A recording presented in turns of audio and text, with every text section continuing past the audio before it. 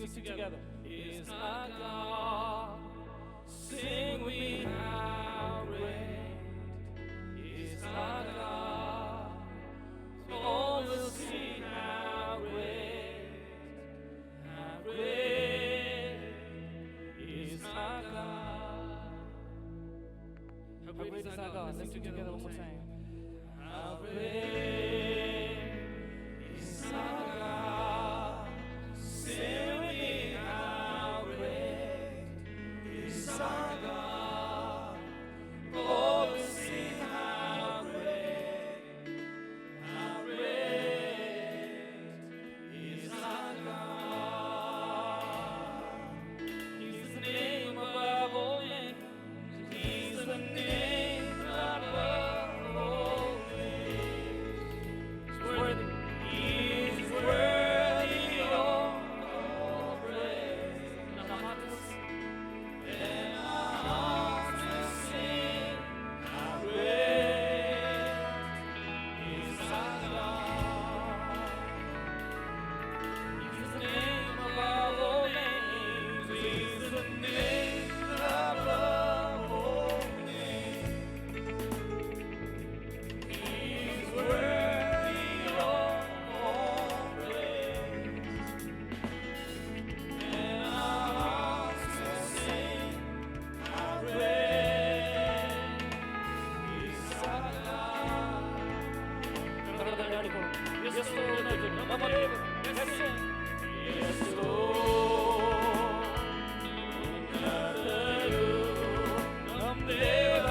Yes, Lord. Yes, Lord. Are you Lord God Almighty? Worthy is the Lamb. Worthy is the Lamb. Amen. Shuddhane,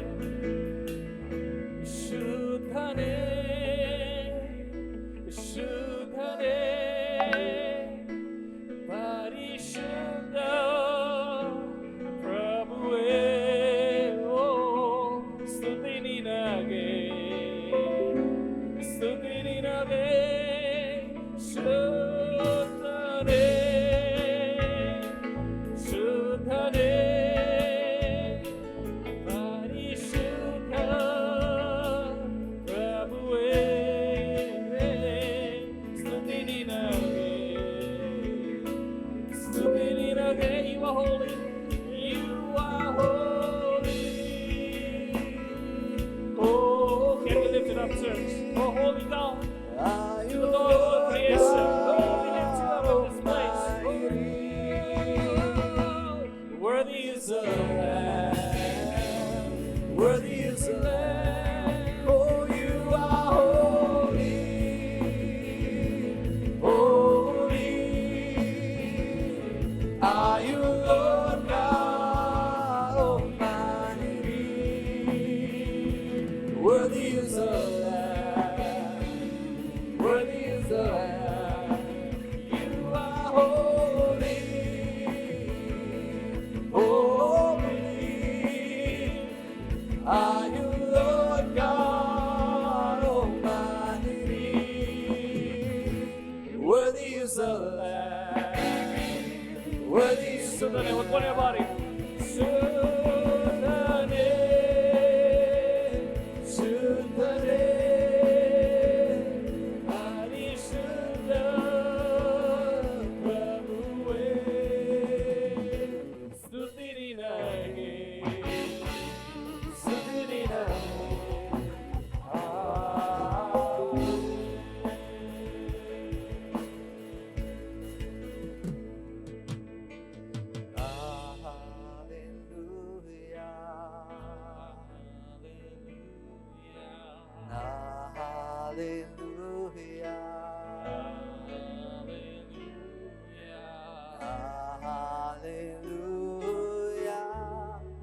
സർവവല്ലഭരാടുകേരാ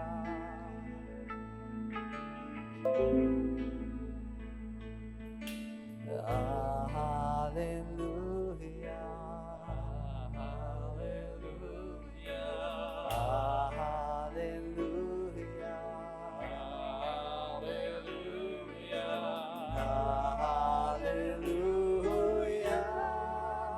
ಸರ್ವವಲ್ಲವರಾಳುತ್ತೀರಾ.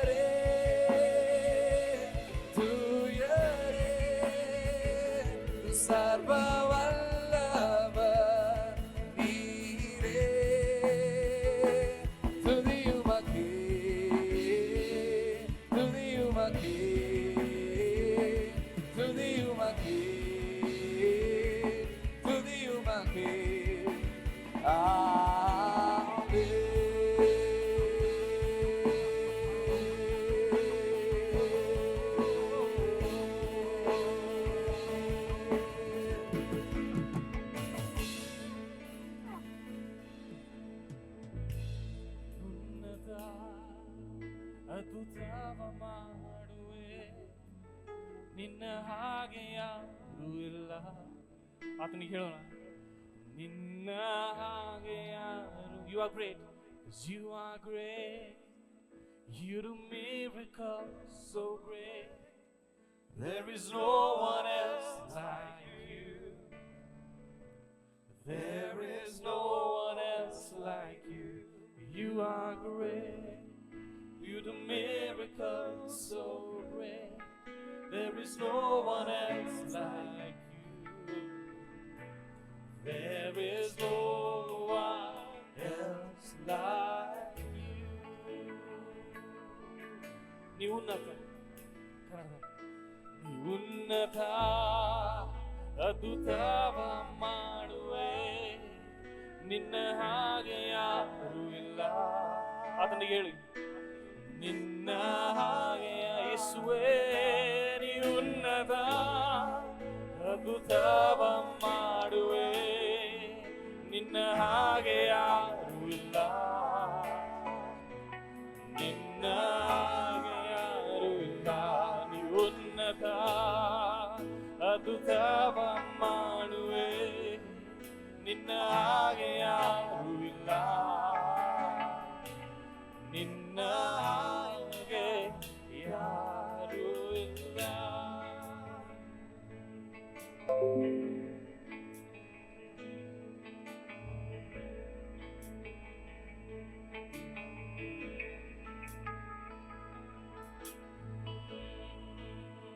ಯೇಸುವೆ, ನಿನ್ನ ಹಾಗೆ ಯಾರು ಇಲ್ಲ. ನಿನ್ನನ್ನು ಆರಾಧಿಸ್ತೇವೆ, ನಿನ್ನನ್ನು ಸ್ತುತಿಸ್ತೇವೆ ಯೇಸು. ಎಲ್ಲದರ ಮೇಲೆ ತಂದೆ ನೀನು ಮಹಿಮೆ ಹೊಂದಬೇಕು, ನಿನ್ನ ಕಾರ್ಯಗಳು ನಮ್ಮ ಮಧ್ಯದಲ್ಲಿ ಆಗಬೇಕು ಯೇಸು. ನೀನು ಒಳ್ಳೆಯವನು. ಓ ನೀ ಉನ್ನತ, ಅದ್ಭುತವ ಮಾಡುವೆ, ನಿನ್ನ ಹಾಗೆ ಯಾರು ಇಲ್ಲ, ನಿನ್ನ ಹಾಗೆ ಯಾರು ಇಲ್ಲ. ನೀ ಉನ್ನತ, ಅದ್ಭುತವ ಮಾಡುವೆ, ನಿನ್ನ ಹಾಗೆ ಯಾರು ಇಲ್ಲ, ನಿನ್ನ ಹಾಗೆ ಯಾರು ಇಲ್ಲ, ನಿನ್ನ ಹಾಗೆ ಯಾರು ಇಲ್ಲ, ನಿನ್ನ ಹಾಗೆ, ನಿನ್ನ ಹಾಗೆ ಯಾರು ಇಲ್ಲ.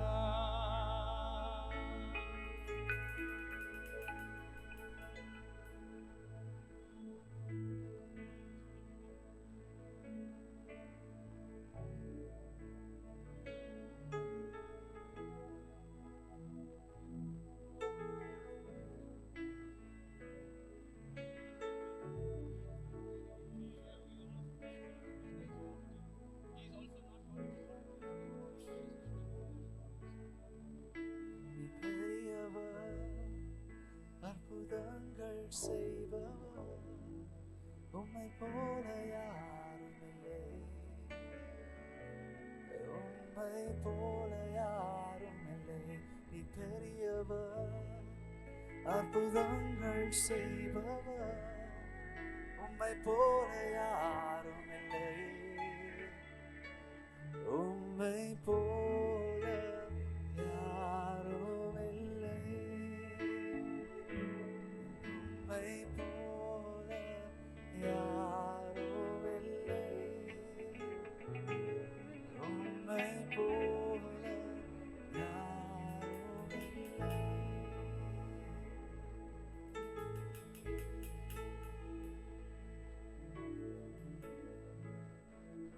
Praise God. Can we put our hands together for the Lord Jesus Christ? Everyone. Even as we welcome the Lord Jesus and we welcome all our guests over here on the dais, we are grateful for every single one of you that have come. Kindly maintain distance. I am repeating it over and over again because sometimes we forget to do that. And as new people come in, we tend to get in so close. All those on my right, if you could come over here to the left, there is a lot of space. And if it is more, there is place at the back. There's a screen at the back. You could go there, and I guarantee you the Lord Jesus will meet you there too.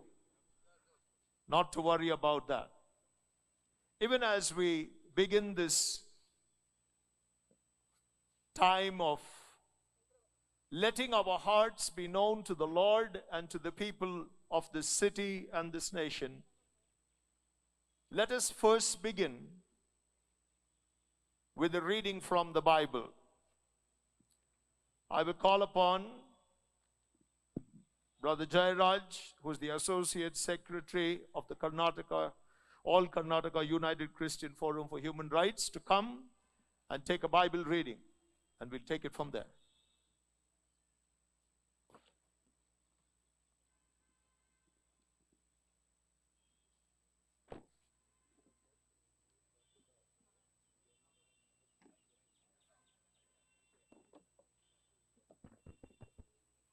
ಅಪೊಸ್ತಲರ ಕೃತ್ಯಗಳಿಂದ ವಾಚನ. ಅಧ್ಯಾಯ 25 1ರಿಂದ 12ರವರೆಗೆ. ಪೆಸ್ತನ ಮುಂದೆ ವಿಚಾರಣೆ. ಅಧಿಕಾರ ವಹಿಸಿಕೊಂಡ 3 ದಿನದ ನಂತರ ಪೆಸ್ತನು ಸೆಸರೇಯದಿಂದ ಯೆರೂಸಲೇಮಿಗೆ ಹೋದನು. ಅಲ್ಲಿ ಮುಖ್ಯಯಾಜಕರು ಹಾಗೂ ಯಹೂದಿ ನಾಯಕರು ಅವನ ಮುಂದೆ ಬಂದು ಪೌಲನಿಗೆ ವಿರೋಧವಾಗಿ ದೂರಿತ್ತರು. ತಮಗೆ ದಯೆ ತೋರಿ ಪೌಲನನ್ನು ಕೂಡಲೇ ಯೆರೂಸಲೇಮಿಗೆ ವರ್ಗಾಯಿಸಬೇಕೆಂದು ಪೆಸ್ತನನ್ನು ಬೇಡಿಕೊಂಡರು. ಏಕೆಂದರೆ ಅವನು ಹಿಂದಿರುಗುವಾಗ ಮಾರ್ಗದಲ್ಲೇ ಅವನನ್ನು ಕೊಲೆ ಮಾಡುವ ಸಂಚು ಮಾಡಿಕೊಂಡಿದ್ದರು. ಆದ್ದರಿಂದ ಪೆಸ್ತನು ಉತ್ತರವಾಗಿ, ಪೌಲನು ಸೆಸರೇಯದಲ್ಲಿ ಕಾವಲೊಳಗಿದ್ದಾನೆ, ನಾನೇ ಅಲ್ಲಿಗೆ ಬೇಗ ಹೋಗಬೇಕೆಂದಿದ್ದೇನೆ. ನಿಮ್ಮಲ್ಲಿಯ ಕೆಲವು ನಾಯಕರು ನನ್ನೊಂದಿಗೆ ಅಲ್ಲಿಗೆ ಬರಲಿ. ಅವನೇನಾದರೂ ತಪ್ಪು ಮಾಡಿದ್ದರೆ ಅವನ ಮೇಲಿನ ದೂರುಗಳನ್ನು ಆಪಾದಿಸಲಿ ಅಂದನು. 8-10 ದಿನಗಳನ್ನು ಅವರೊಂದಿಗೆ ಕಳೆದ ತರುವಾಯ ಅವನು ಸೆಸರಿಯಾಕ್ಕೆ ಹೋದನು. ಮರುದಿನ ನ್ಯಾಯಸ್ಥಾನದಲ್ಲಿ ಕುಳಿತುಕೊಂಡು ತನ್ನ ಮುಂದೆ ಪೌಲನನ್ನು ಕರೆತರಬೇಕೆಂದು ಆಜ್ಞಾಪಿಸಿದನು. ಪೌಲನು ಅಲ್ಲಿಗೆ ಬಂದಾಗ ಯೆರೂಸಲೇಮಿನಿಂದ ಬಂದ ಯಹೂದ್ಯರು ಅವನ ಸುತ್ತಲೂ ಎದ್ದು ನಿಂತು ಅನೇಕ ತೀವ್ರ ಆಪಾದನೆಗಳನ್ನು ಅವನ ವಿರುದ್ಧವಾಗಿ ಹೊರಿಸಿದರು. ಆದರೆ ಅವುಗಳನ್ನು ರುಜುವಾತುಪಡಿಸಲು ಅವರಿಗೆ ಸಾಧ್ಯವಾಗಲಿಲ್ಲ. ಆಗ ಪೌಲನು ತನ್ನ ಪ್ರತಿವಾದವನ್ನು ಮುಂದಿಟ್ಟು, ಯಹೂದ್ಯರ ಧರ್ಮಶಾಸ್ತ್ರಕ್ಕಾಗಲಿ ದೇವಾಲಯಕ್ಕಾಗಲಿ ಚಕ್ರವರ್ತಿಗಾಗಲಿ ವಿರೋಧವಾಗಿ ನಾನು ಯಾವ ತಪ್ಪನ್ನು ಮಾಡಿಲ್ಲ ಅಂದನು. ಪೆಸ್ತನು ಯಹೂದ್ಯರ ಮೆಚ್ಚುಗೆಯನ್ನು ಗಳಿಸಲು ಬಯಸಿ, ನೀನು ಯೆರೂಸಲೇಮಿಗೆ ಹೋಗಿ ಅಲ್ಲಿ ನನ್ನೆದುರಿನಲ್ಲಿ ಈ ದೂರುಗಳ ನ್ಯಾಯ ವಿಚಾರಣೆಗಾಗಿ ಒಪ್ಪಿಕೊಳ್ಳುವೆಯೋ ಎಂದು ಪೌಲನನ್ನು ಕೇಳಲು, ಈಗ ನಾನು ಚಕ್ರವರ್ತಿಯ ನ್ಯಾಯಾಲಯದ ಎದುರಿನಲ್ಲಿ ನಿಂತುಕೊಂಡಿದ್ದೇನೆ, ಇಲ್ಲಿಯೇ ನನ್ನ ವಿಚಾರಣೆಯಾಗತಕ್ಕದ್ದು.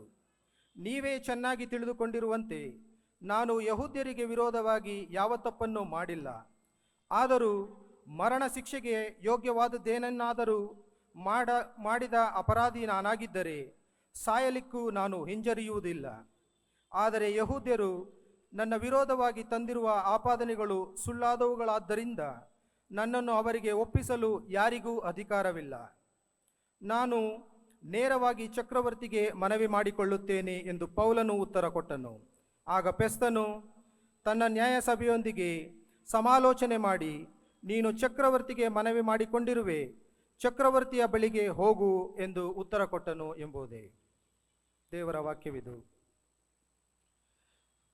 ಕರ್ತನ ನಾಮಕ್ಕೆ ಸ್ತೋತ್ರ. ಪ್ರಿಯರೇ, ಹಿಂದ್ಗಡೆಗೆ ಪೊಲೀಸ್ನವರು ಗೇಟ್ ಕ್ಲೋಸ್ ಮಾಡಿದ್ದಾರೆ. ಆದರೆ ಅಲ್ಲಿ ಇರೋರಿಗೆ ನಾವು ಕೇಳ್ಕೊಳ್ತೇವೆ ಏನಂದ್ರೆ, ನಮ್ಮ ಸ್ವರ ಇಲ್ಲಿ ಏನು ಮಾಡ್ತಾ ಇದೆಯೋ ಅದು ನಿಮಗೆ ಕೇಳಿಸುತ್ತೆ, ಆದ್ರಿಂದ ಚಿಂತೆ ಮಾಡಬೇಡಿ, ದಯವಿಟ್ಟು ಸಹಿಸ್ಕೊಳ್ಬೇಕೆಂಬುದಾಗಿ ನಾವು ಕೇಳ್ಕೊಳ್ತೇವೆ.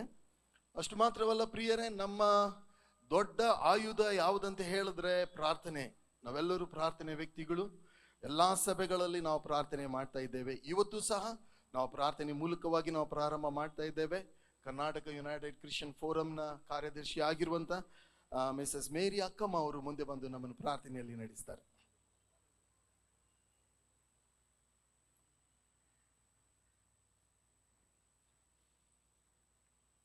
ಪ್ರಾರ್ಥಿಸೋಣ. ಸಮಸ್ತ ಜಗತ್ತಿನ ಸೃಷ್ಟಿಕರ್ತನು, ಪರಿಪಾಲಕನು, ಸಂರಕ್ಷಕನೂ ಆಗಿರುವ ಸ್ವರ್ಗೀಯ ತಂದೆಯೇ, ನಿಮ್ಮ ಮಕ್ಕಳಾದ ನಮಗೆ ಈ ಪ್ರಪಂಚದಲ್ಲಿ ಹುಟ್ಟಿ ಬದುಕುವುದಕ್ಕೆ ಅವಕಾಶವನ್ನು ಕಲ್ಪಿಸಿಕೊಟ್ಟದ್ದಕ್ಕಾಗಿ ನಿಮ್ಮನ್ನು ನಾವು ವಂದಿಸುತ್ತೇವೆ. ನಾವು ಕೇಳದೆಯೇ ನಮಗೆ ಕೊಟ್ಟಿರುವ ಜೀವಕ್ಕಾಗಿ ವಂದನೆಗಳನ್ನು ಸಲ್ಲಿಸುತ್ತೇವೆ. ಜೀವದ ಒಡೆಯನನ್ನು ಮೆಚ್ಚಿಸಿ ಜೀವಿಸಲು ಜಗತ್ತಿನಲ್ಲಿ ನಮ್ಮನ್ನು ಇಟ್ಟಿರುವುದಕ್ಕಾಗಿ ಸ್ತುತಿ ಸ್ತೋತ್ರಗಳನ್ನು ಸಲ್ಲಿಸುತ್ತೇವೆ. ನಾವು ನಿಮ್ಮನ್ನು ಸಹಜೀವಿಗಳನ್ನು ಪ್ರೀತಿಸಿ, ಗೌರವಿಸಿ, ಪರಸ್ಪರ ಸನ್ಮಾನಿಸಿ, ಸಹಬಾಳ್ವೆಯ ಮನೋಭಾವನೆಯಿಂದ ಬಾಳಬೇಕೆಂದು ನಿಮ್ಮ ಚಿತ್ತವನ್ನು ನೆರವೇರಿಸಬೇಕೆಂದು ನಿಮ್ಮ ಆಶೆಯೇ ಆಗಿದೆ. ಅದಕ್ಕಾಗಿ ನಮಗೆ ಭಾರತದಲ್ಲಿ, ಅದರಲ್ಲಿಯೂ ಕರ್ನಾಟಕದಲ್ಲಿ ನಮ್ಮನ್ನು ನೆಟ್ಟು ಬೆಳೆಸಿಕೊಂಡು ಬಂದಿದ್ದೀರಲ್ವ. ಭಾರತದ ಪ್ರಗತಿಯಲ್ಲಿ ಕ್ರೈಸ್ತ ಸಭೆಗೆ ಹಿಂದಿನ 2000 ವರ್ಷಗಳಲ್ಲಿ ಪಾಲು ಹೊಂದಿ ದೇಶವನ್ನು ಅಭಿವೃದ್ಧಿಯ ಹಾದಿಯಲ್ಲಿ ನಡೆಸಲು ನೀವು ಕೊಟ್ಟ ಸಹಾಯಕ್ಕಾಗಿ ವಂದನೆಗಳು. ಸಕಲ ಮನುಷ್ಯರನ್ನು ಸಕಲ ಜೀವಜಾಲಗಳನ್ನು ಪ್ರೀತಿಸುವ ಸ್ವರ್ಗೀಯ ತಂದೆಯೇ, ಪ್ರೀತಿಯನ್ನು, ಕರುಣೆಯನ್ನು, ಕ್ಷಮೆಯನ್ನು ಜಗತ್ತಿಗೆ ತೋರಿಸಿದ ಮಾದರಿ ಪುರುಷನಾದ ಯೇಸು ಕ್ರಿಸ್ತನ ದಿವ್ಯ ಸಂದೇಶಕ್ಕಾಗಿ ವಂದನೆಗಳು. ಆ ಸಂದೇಶವನ್ನು ಪಾಲಿಸುವುದರಿಂದ ಈ ಭೂಮಿಯನ್ನು ಸ್ವರ್ಗವಾಗಿ ಮಾರ್ಪಡಿಸಬಹುದೆಂದು ನಮಗೆ ವಾಗ್ದಾನ ಮಾಡಿರುವುದಕ್ಕೆ ವಂದನೆಗಳು. ಪರಮ ತಂದೆಯಾದ ದೇವರೇ, ನಮ್ಮ ಕರ್ನಾಟಕದಲ್ಲಿ ನಿಮ್ಮ ಪ್ರೀತಿಯ ಕರುಣೆಯ ಸಂದೇಶವನ್ನು ಎಲ್ಲೆಡೆಯಲ್ಲೂ ಪ್ರಸಾರ ಮಾಡಿ, ಆ ಸಂದೇಶದ ಸತ್ವವನ್ನು ಎಲ್ಲರೂ ಪಾಲಿಸಿ, ನಮ್ಮ ರಾಜ್ಯದಲ್ಲಿ ಸಂತೋಷ, ಸಮಾಧಾನ, ಅನ್ಯೋನ್ಯತೆಯ ಮನೋಭಾವನೆ ಎಲ್ಲರಲ್ಲಿಯೂ ಬೆಳೆದು ನಮ್ಮ ಮಾತೃ ರಾಜ್ಯವನ್ನು ಅಭಿವೃದ್ಧಿಯ ಹಾದಿಯಲ್ಲಿ ನಡೆಸಬೇಕಾಗಿ ನಾವು ಬಹು ವಿನಯದಿಂದ ನಿಮ್ಮನ್ನು ಬೇಡುತ್ತೇವೆ. ನಮ್ಮ ರಾಜ್ಯದ ಮುಖ್ಯಮಂತ್ರಿಗಳನ್ನು, ಮಂತ್ರಿ ಸಂಪುಟದವರನ್ನು, ವಿವಿಧ ಅಧಿಕಾರಿ ವರ್ಗದವರನ್ನು ಪರಲೋಕದ ತಂದೆಯೇ ನಿಮ್ಮ ಸ್ವರ್ಗೀಯ ಮೇಲ್ನೋಟದ ಅಡಿಯಲ್ಲಿ ಜ್ಞಾನ ವಿವೇಕಗಳಿಂದ ತುಂಬಿಸಿರಿ. ಜನರೆಲ್ಲರಲ್ಲಿಯೂ ಪ್ರೀತಿಯ ಗುಣಗಳನ್ನು ಹೆಚ್ಚಿಸಿರಿ. ಇವೆಲ್ಲ ಪ್ರಾರ್ಥನೆಗಳನ್ನು ನಮ್ಮ ರಕ್ಷಕನಾದ ಯೇಸು ಕ್ರಿಸ್ತನ ದಿವ್ಯ ನಾಮದಲ್ಲಿ ಅತಿ ತಾಳ್ಮೆಯಿಂದ ಬೇಡಿಕೊಳ್ಳುತ್ತೇನೆ, ಪರಲೋಕದ ನಮ್ಮ ತಂದೆಯೇ. Amen. Thank you, Sister Mary Akama. Can I now request Pastor Sebastian Ravi Kumar to come and welcome this congregation? He belongs to the Methodist Church. He is the district superintendent in the city of Bangalore.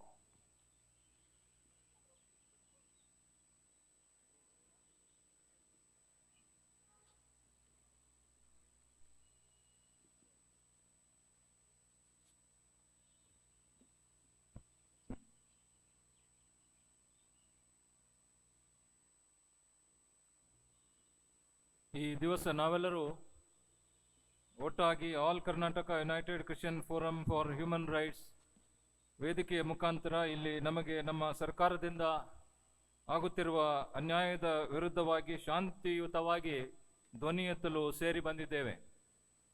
ನಮ್ಮ ದೇವರು ಜೀವಿಸುವ ದೇವರಾಗಿದ್ದಾರೆ ಹಾಗೂ ನಾವು ಈ ದಿವಸ ಮಾಡುವಂಥ ಶಾಂತಿಯುತ ಕೂಟಕ್ಕೆ ಅಥವಾ ಪ್ರತಿಭಟನೆಗೆ ಜಯವನ್ನು ಕೊಡುತ್ತಾನೆ ಎನ್ನುವಂಥ ಸಂಪೂರ್ಣ ಭರವಸೆ ನಮಗಿದೆ.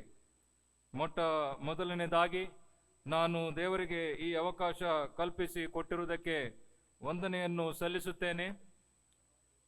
ಹಾಗೂ ಇದನ್ನು ಒಂದು ಕಾಮನ್ ಪ್ಲಾಟ್ಫಾರ್ಮ್ ಮೇಲೆ ಅಖಿಲ ಕರ್ನಾಟಕ ಕ್ರೈಸ್ತರ ಮಾನವ ಹಕ್ಕುಗಳ ಒಕ್ಕೂಟದ ವೇದಿಕೆಯ ಮುಖಾಂತರ ಆಯೋಜನೆ ಮಾಡಿರುವಂಥ ಎಲ್ಲ ಆಯೋಜಕರಿಗೆ ನಾನು ಹೃತ್ಪೂರ್ವಕ ಸ್ವಾಗತವನ್ನು ಕರ್ನಾಟಕ ರಾಜ್ಯದ ಎಲ್ಲ ಕ್ರೈಸ್ತ ಸಮಾಜದ ಪರವಾಗಿ ಸಲ್ಲಿಸುವಂತವನಾಗಿದ್ದೇನೆ.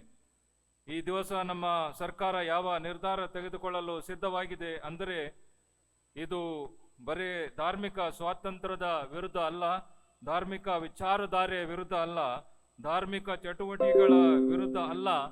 ನಮ್ಮ ಧರ್ಮಾಧ್ಯಕ್ಷರು ಪೂಜ್ಯ ಆರ್ಚ್ ಬಿಷಪ್ ಪೀಟರ್ ಮಚಾಡೋ ಅವರು ಕೊಟ್ಟಿರತಕ್ಕಂಥ ಒಂದು ಸಂದರ್ಶನದಲ್ಲಿ NDTVಗೆ ಕೊಟ್ಟಿರುವಂಥ ಸಂದರ್ಶನವನ್ನು ನಾವು ನೋಡುವುದಾದರೆ ಇದು ಆಂಟಿ ಕನ್ವರ್ಷನ್ ಕಾನೂನು ಅಲ್ಲ, ಮತಾಂತರ ವಿರೋಧಿ ಕಾನೂನು ಅಲ್ಲ, ಆಂಟಿ ಕ್ರಿಶ್ಚಿಯನ್ ಕಾನೂನು, ಕ್ರೈಸ್ತ ವಿರೋಧದ ಒಂದು ಕಾನೂನನ್ನು ಈ ದಿವಸದಲ್ಲಿ ನಮ್ಮ ಸರ್ಕಾರ ತರಲು ಸನ್ನದ್ಧವಾಗಿದೆ. ಕರ್ನಾಟಕದಲ್ಲಿ ನಾವು ಕ್ರೈಸ್ತರಾಗಿರುವಂತಹದ್ದೇ ಒಂದು ದೊಡ್ಡ ತಪ್ಪೆ ಎನ್ನುವಂಥ ಅನಿಸಿಕೆಗೆ ಈ ದಿವಸ ನಮ್ಮ ಸರ್ಕಾರ ನಡೆಸುತ್ತಾ ಇದೆ. ಆದ್ದರಿಂದ ಈ ವಿಷಯವನ್ನು ನಾವು ಗಮನದಲ್ಲಿಟ್ಟುಕೊಂಡು ನಮ್ಮ ಸಭೆಗಳ ಮೇಲೆ ನಡೆಯತಕ್ಕಂಥ ದಾಳಿಗಳನ್ನು ಖಂಡಿಸಿ, ನಮ್ಮ ದೇವರ ಸೇವಕರ ಹಾಗೂ ದಾದಿಯರ ಮೇಲೆ, ಸೇವಕಿಯರ ಮೇಲೆ ನಡೆಯತಕ್ಕಂಥ ದಾಳಿಯನ್ನು ಖಂಡಿಸಿ, ನಮ್ಮ ಮೂಲಭೂತ ಹಕ್ಕುಗಳಿಗೆ ಧಕ್ಕೆಯಾಗಿರ್ತಕ್ಕಂಥ ಈ ಸಂದರ್ಭದಲ್ಲಿ ಇದನ್ನು ಖಂಡಿಸಿ, ನಮ್ಮ ಯೇಸುಸ್ವಾಮಿಯವರು ನಮಗೆ ಹಾಕಿಕೊಟ್ಟಿರತಕ್ಕಂಥ ಅಹಿಂಸೆಯ ತತ್ವವನ್ನು ನಾವು ಪ್ರತಿಪಾದಿಸುತ್ತಾ, ರಾಷ್ಟ್ರಪಿತ ಮಹಾತ್ಮ ಗಾಂಧಿಯವರ ಅಹಿಂಸೆಯ ಸಾಧನವನ್ನು ನಾವು ಹಿಡಿಯುತ್ತಾ, ಹಾಗೂ ಸಂವಿಧಾನದ ಶಿಲ್ಪಿಯಾಗಿರತಕ್ಕಂಥ ಶ್ರೀಯುತ ಬಾಬಾ ಸಾಹೇಬ್ ಅಂಬೇಡ್ಕರ್ ಅವರ ಸಂವಿಧಾನದ ಚೌಕಟ್ಟಿನಲ್ಲಿ all Karnataka United Christian Forum for Human rights ವತಿಯಿಂದ ವೇದಿಕೆಯ ಮೇಲಿರತಕ್ಕಂಥ ಎಲ್ಲ ಗಣ್ಯ ವ್ಯಕ್ತಿಗಳಿಗೆ ನಾವು ಸ್ವಾಗತವನ್ನು ಬಯಸುತ್ತೇವೆ. ವೇದಿಕೆಯಲ್ಲಿ ಉಪಸ್ಥಿತರಾಗಿರತಕ್ಕಂಥ ಅತಿ ಗೌರವಾನ್ವಿತ ಪೂಜ್ಯ ಆರ್ಚ್ ಬಿಷಪ್ ಪೀಟರ್ ಮಚಾಡೋ ಅವರಿಗೂ, ಹಾಗೂ ಬಿಷಪ್ PK ಸಾಮ್ಯುಯಲ್ ಅವರಿಗೂ, ಬಿಷಪ್ NL ಕರ್ಕರೆ ಅವರಿಗೂ, ಬಿಷಪ್ ಸೆಬಾಸ್ಟಿಯನ್ ಅವರುಗಳಿಗೂ, ಹಾಗೂ pastor Yashwant Kumar, bishop Mor Demetrius, pastor Lokesh, doctor Belgami Mohammed Saad ಇವರೆಲ್ಲರಿಗೆ ನಾವು ಸುಸ್ವಾಗತವನ್ನು ಬಯಸುತ್ತೇವೆ. ಅಷ್ಟು ಮಾತ್ರವಲ್ಲದೆ ಗಣ್ಯರುಗಳಾದ ವೇದಿಕೆಯನ್ನು ಅಲಂಕರಿಸಿರತಕ್ಕಂಥ ಕೆಲವರು ಕಾರಣಾಂತರಗಳಿಂದ ಬರುವುದಕ್ಕೆ ಸಾಧ್ಯವಾಗದೆ ಹೋಗಬಹುದು, ಆದರೂ ಕೂಡ ನಾವು ಅವರಿಗೆ ಸುಸ್ವಾಗತವನ್ನು ಬಯಸುತ್ತೇವೆ. Mrs Margaret Alva, mister KG George, doctor C Dwarakanath, mister J Alexander, Mrs Vinisha Neerav MLA, mister JR Lobo, mister David Simeon, mister Ivan D'Souza, ಸುವಾರ್ಥಿಕರಾಗಿರ್ತಕ್ಕಂಥ S ಜಯಂತ್, ಸುವಾರ್ಥಿಕರಾಗಿರ್ತಕ್ಕಂಥ C Francis, mister Ronald Colaco, mister FTR Colaco, retired IG mister Lukose, mister Jaijo Joseph, mister Wilson, mister Sebastian, mister Jayakar Jerome, mister Kennedy Shanthakumar, mister Praveen Peter ಇವರೆಲ್ಲರಿಗೆ ನಾವು ಮತ್ತೊಂದಾವರ್ತಿ ಹೃತ್ಪೂರ್ವಕವಾಗಿರ್ತಕ್ಕಂಥ ಸ್ವಾಗತವನ್ನು ನಮ್ಮ all Karnataka United Christian Forum for Human rights ವತಿಯಿಂದ ಮಾಡುವಂತವರಾಗಿದ್ದೇವೆ. ದೇವರು ನಮ್ಮೆಲ್ಲರನ್ನು ವಿಶೇಷವಾಗಿರ್ತಕ್ಕಂಥ ರೀತಿಯಲ್ಲಿ ಆಶೀರ್ವದಿಸಲಿ.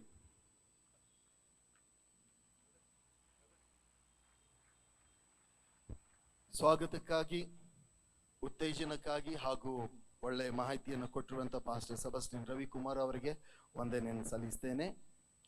Moderator Commissionary for Karnataka Northern Diocese for 7 years, Bishop of Central Diocese of South India, Bishop Reverend Dr. Prasanna Kumar ಅವರು ನಮ್ಮ ಮಧ್ಯದಲ್ಲಿ ಇದ್ದಾರೆ. ಅವರು ನಮಗೂ ಮಾತುಗಳನ್ನು ಹಂಚಿಕೊಡ್ತಾರೆ.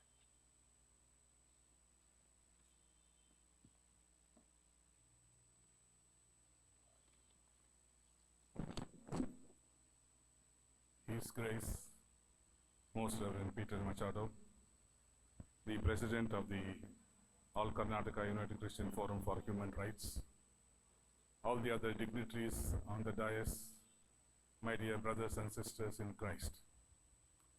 Today is a very important day in the life of the minorities in Karnataka. It's an important day because we have crossed our boundaries. We have come into this church to express our solidarity with oneness and togetherness, that Christ is one and we are one. And we would like to tell the government of Karnataka that anything that happens to us, hitherto this particular group of Christians have been very passive spectators to many of the laws and many of the things that has been come into the state of Karnataka. When the education bill was passed some many years ago, we as Christians, we were able to go to the court and get a stay on the educational bill, and we were able to run the education institutions according to the decisions and the legacy that our forefathers and mothers were able to give to us. And today, the very basis and the foundation of Christian faith is in question by our own leaders whom we have elected, and they are digging the pit for us to fall. And today is the time where we gather here to express, to request, to appeal, and to tell the government of Karnataka, very especially through the Chief Minister, our honorable person, to speak on our behalf. And we are not here to react. We are here only to reaffirm our faith in Christ, and Christ can do many things in each of our lives. While I say that, it is no longer silent spectators, but we have to be actively involved in converging our ideas into realities. And how we can do that? We have to tell the government of Karnataka, even before India was formed in 1947, even before Karnataka was formed, we as Christians, minorities, we are here with our educational, with our social, with our medical, and with our churches. And today is not the time for the government of Karnataka to open its mind, try to understand that we are people who are converting. And we need to tell the press, and I have also told the press very clearly, if my church has come in any way to convert anybody, I'll be the first person to definitely go back, and we can send them back to their own religion. It is on voluntary basis, people come and they ask for baptism. And we are not here to go forcefully or use influence to convert anybody. And I'm very categorical in saying that the Church of South India has not gone in any way to go around and converting people. And we are here again to reaffirm that faith and in the confidence of the elected people who are sitting in power, that they will be able to be considerate towards the minorities here in the city of Bangalore and in Karnataka, so that our voices would be heard and they will be able to listen to the cry of the people. And very especially, every church invariably has been praying for the governors, praying for the chief ministers, and praying for the presidents and the prime ministers of our country. And that's the reason why our country has been going on smoothly. And today there is a disturbance that is coming about when the 13th of December, when they are going to meet for the winter session. May God give them the wisdom and the discretion that is required.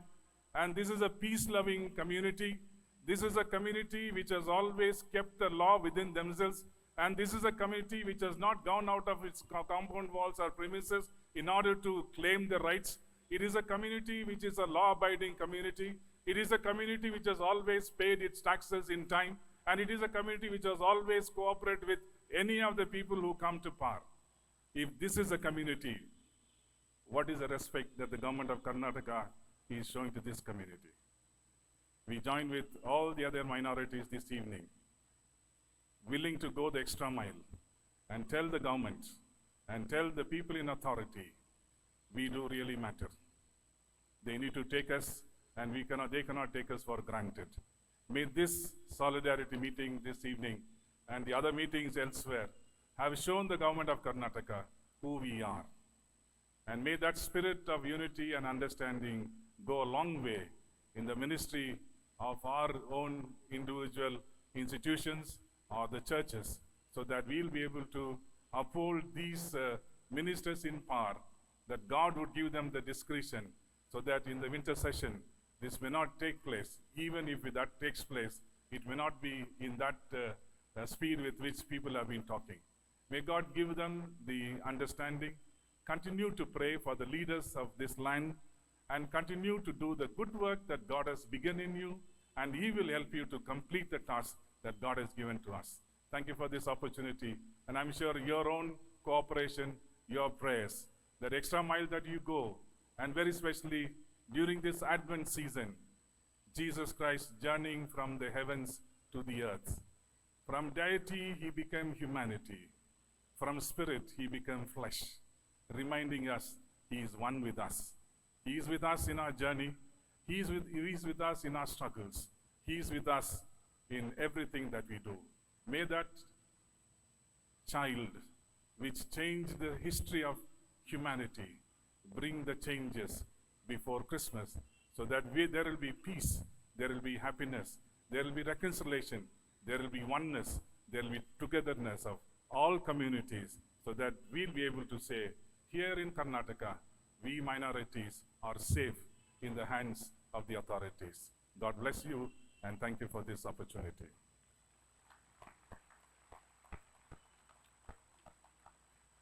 Thank you so much, Bishop Reverend Dr. Prasanna Kumar Samuel.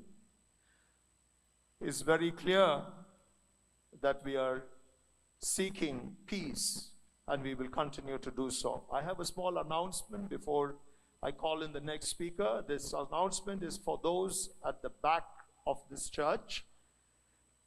We understand that you would love to be in the front, but since there is a lot of people here too, they want you to stay at the back. So please cooperate.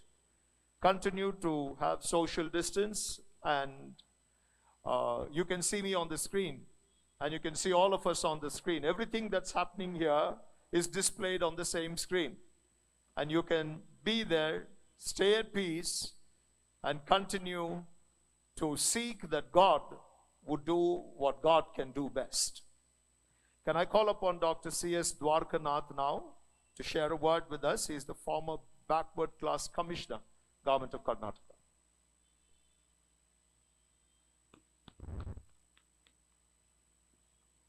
ಈ ಕಾರ್ಯಕ್ರಮದ ಅಧ್ಯಕ್ಷತೆ ವಹಿಸಿರುವಂತಹ father ಮಚಾಡ್ ಅವರೇ, ವೇದಿಕೆ ಮೇಲಿರುವಂತಹ ಎಲ್ಲ ಗಣ್ಯರೇ, ಇಲ್ಲಿ ನೆರೆದಿರುವಂತಹ ನನ್ನ ಅಣ್ಣ ತಮ್ಮಂದಿರೇ ಮತ್ತು ಅಕ್ಕ ತಂಗಿಯರೇ,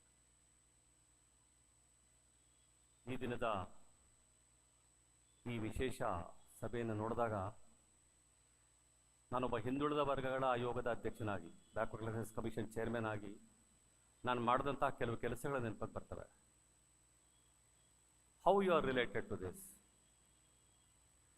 See, backward classes commission, it includes Christians, it includes Muslims, it includes Buddhists, it includes Sikhs. All the religions comes under backward classes commission, particularly in Karnataka.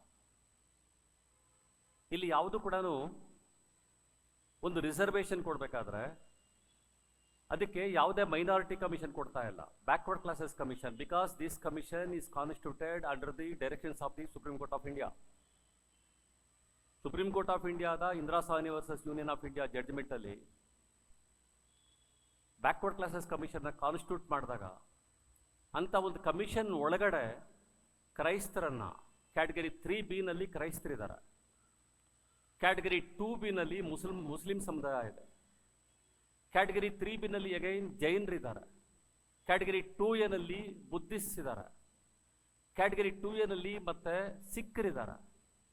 ಈ 7 ಧರ್ಮಗಳು, ಭಾರತದ 7 ಧರ್ಮಗಳನ್ನು ಕೂಡ backward classes commission frame work ಒಳಗಡೆ ಬರ್ತಾ ಇದೆ. ನಾನು ಹೆಚ್ಚೊತ್ತು ಮಾತಾಡಲ್ಲ, ನಿಮಗೆ ಈ ಕೆಲವು ಇದನ್ನು ಮಾತ್ರ ಹೇಳಿ ನಾನು ಹೋಗ್ತೀನಿ. ಭಾಳ ಜನ ಮಾತಾಡೋಂಥವ್ರು ಇದ್ದಾರೆ. ನಾನು ಪರ್ಟಿಕ್ಯುಲರ್ ಆಗಿ ಅಲ್ಲಿ ಕೆಲಸ ಮಾಡೋದ್ರಿಂದ ನಾನು ಮಾಡಬೇಕಾಯ್ತು. When the churches were attacked in the Mangalore and all, I have gone there as a commission chairman. ನನ್ನನ್ನು ಕೇಳಿದ್ರು ಸರ್ಕಾರ, ನೀವು ಬ್ಯಾಕ್ವರ್ಡ್ ಕ್ಲಾಸಸ್ ಕಮಿಷನ್ ಚೇರ್ಮನ್ ಆಗಿದ್ದೀರಿ, ಚರ್ಚಸ್ ಅಟ್ಯಾಕ್ಗೂ ನಿಮಗೂ ಸಂಬಂಧ ಏನು ಅಂತ. ನಾನು ಹೇಳಿದೆ, ಕ್ರಿಶ್ಚಿಯನ್ಸು ನೀವು ರಿಲಿಜನ್ ಅಂತ ನೋಡ್ತೀರಿ, ನಾನು ಬ್ಯಾಕ್ವರ್ಡ್ ಕ್ಲಾಸಸ್ ಅಂತ ನೋಡ್ತೀನಿ. ಹಾಗಾಗಿ ನನ್ನ ಕಮ್ಯುನಿಟಿಗೆ ಅಲ್ಲಿ ಅಟ್ಯಾಕ್ ಆಗಿದೆ, ಅದರಿಂದ ನಾನು ಹೋಗ್ತಾ ಇದ್ದೀನಿ. I have to give my protection to the community. Praveen Peter ಗೊತ್ತು, ನಾವು ಅನೇಕ ಸಲ ಅಲ್ಲೆಲ್ಲ ಹೋಗಿ ಸರ್ಕಾರಕ್ಕೆ ಅನೇಕ ವರದಿಗಳನ್ನು ಕೊಡಲಿಕ್ಕೆ ಸಾಧ್ಯ ಆಯಿತು.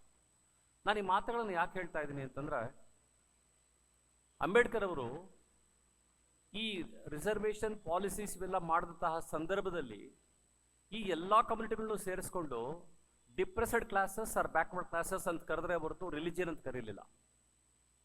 ಇನ್ ದ ಎಂಟೈರ್ ಕಾನ್ಸ್ಟಿಟ್ಯೂಷನ್ ಅವ್ರು ಕರೆಯುವಂಥದ್ದು article 15(4) and 16(4) of the constitution, educationally backward and socially backward. These communities are educationally backward, socially backward. ಹೀಗಿರುವಂಥ ಸಂದರ್ಭದಲ್ಲಿ ನೀವು ಇದೇ ಕರ್ನಾಟಕದಲ್ಲಿ ಈ ಒಂದು ಆಕ್ಟಿವೇಟ್ ಆಗಿದೆ, ಇಲ್ಲಿ ಆ್ಯಕ್ಷನಲ್ಲಿ ಇರುವಂಥ ಸಂದರ್ಭದಲ್ಲಿ ನೀವು ಯಾವ ರೀತಿಯಲ್ಲಿ ಇಲ್ಲಿ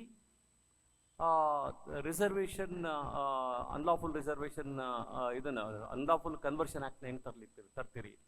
ಇದು ನಿಮ್ಮ ಆಲೋಚನೆಗೆ ಡಿಕ್ಕಿ ಹೊಡೆಯಲ್ವಾ?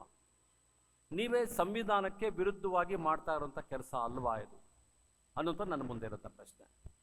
ಸಂವಿಧಾನದ ಮೂಲ ಆಶಯಗಳಿಗೆ ಹೋಗಿದ್ದು ಅಂತ ಹೇಳಿದ್ರೆ, ಸಂವಿಧಾನದ ಆರ್ಟಿಕಲ್ 14 ಇಟ್ಕೊಂಡು ಆರ್ಟಿಕಲ್ 21 ಕೂಡ ನಮ್ಮ ಎಲ್ಲ ರೈಟ್ಸನ್ನು ಕೂಡ ಪ್ರೊಟೆಕ್ಟ್ ಮಾಡುತ್ತೆ. ಪರ್ಟಿಕ್ಯುಲರ್ಲಿ ಆರ್ಟಿಕಲ್ 15 ಏನು ಹೇಳುತ್ತೆ, ಆರ್ಟಿಕಲ್ 15 ಭಾಳ ಕ್ಲಿಯರ್ ಆಗಿ ಹೇಳುವಂಥದ್ದು ಏನಂತಂದ್ರೆ ನಮ್ಮ ರಿಲಿಜಿಯಸ್ ರೈಟ್ಸ್ನ ಅಲ್ಲಿ ಪ್ರೊಟೆಕ್ಟ್ ಮಾಡುವಂಥದ್ದು. ಮತ್ತೆ ಆರ್ಟಿಕಲ್ 25 31 ಪರ್ಟಿಕ್ಯುಲರ್ ಆಗಿ ಆರ್ಟಿಕಲ್ 25 ಮತ್ತು 26 ಯಾವ ರೀತಿಯಲ್ಲಿ ಈ ಮೈನಾರಿಟಿ ರೈಟ್ಸ್ನ ಎತ್ತಿಡಿಬೇಕು ಅನ್ನುವಂಥದ್ದನ್ನ ಬಹಳ ಕ್ಲಿಯರ್ ಆಗಿ ಸಂವಿಧಾನ ಹೇಳುತ್ತೆ.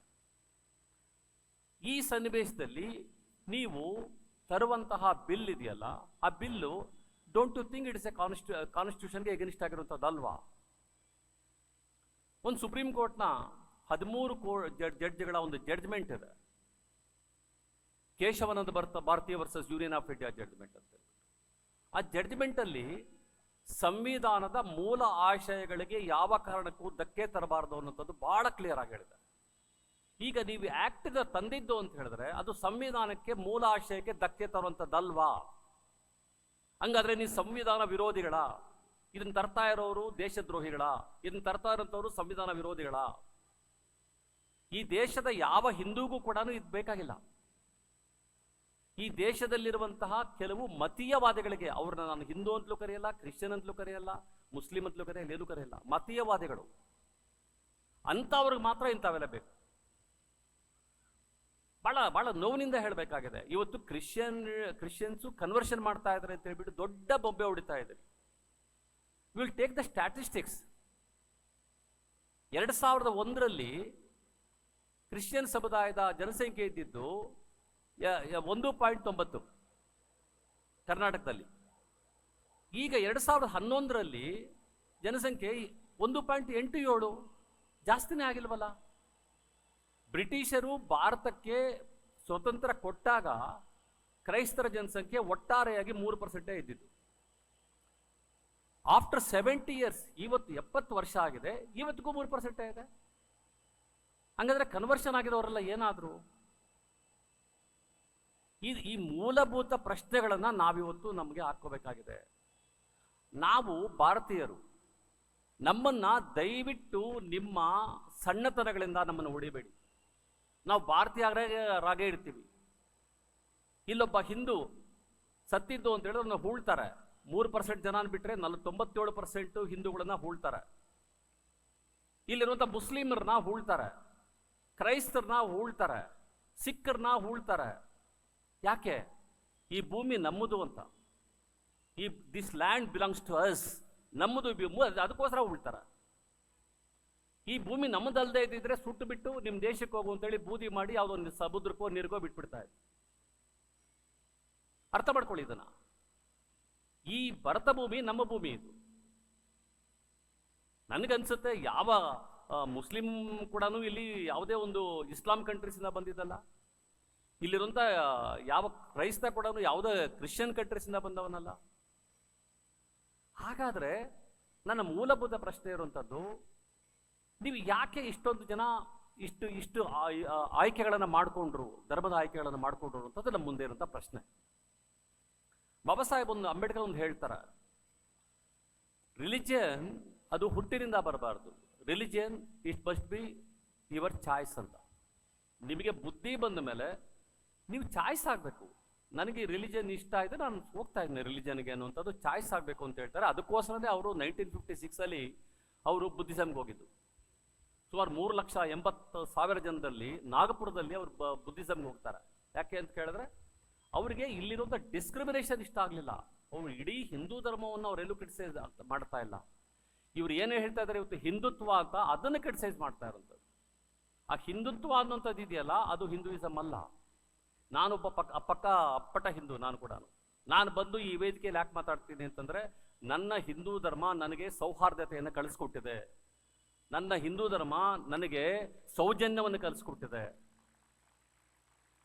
ನನ್ನ ಹಿಂದೂ ಧರ್ಮ ಮನುಷ್ಯರೆಲ್ಲ ಒಂದೇ ಅನ್ನುವಂಥದ್ದನ್ನು ಹೇಳಿಕೊಟ್ಟಿದೆ. ಆದರೆ ಹಿಂದುತ್ವ ಅಲ್ಲ.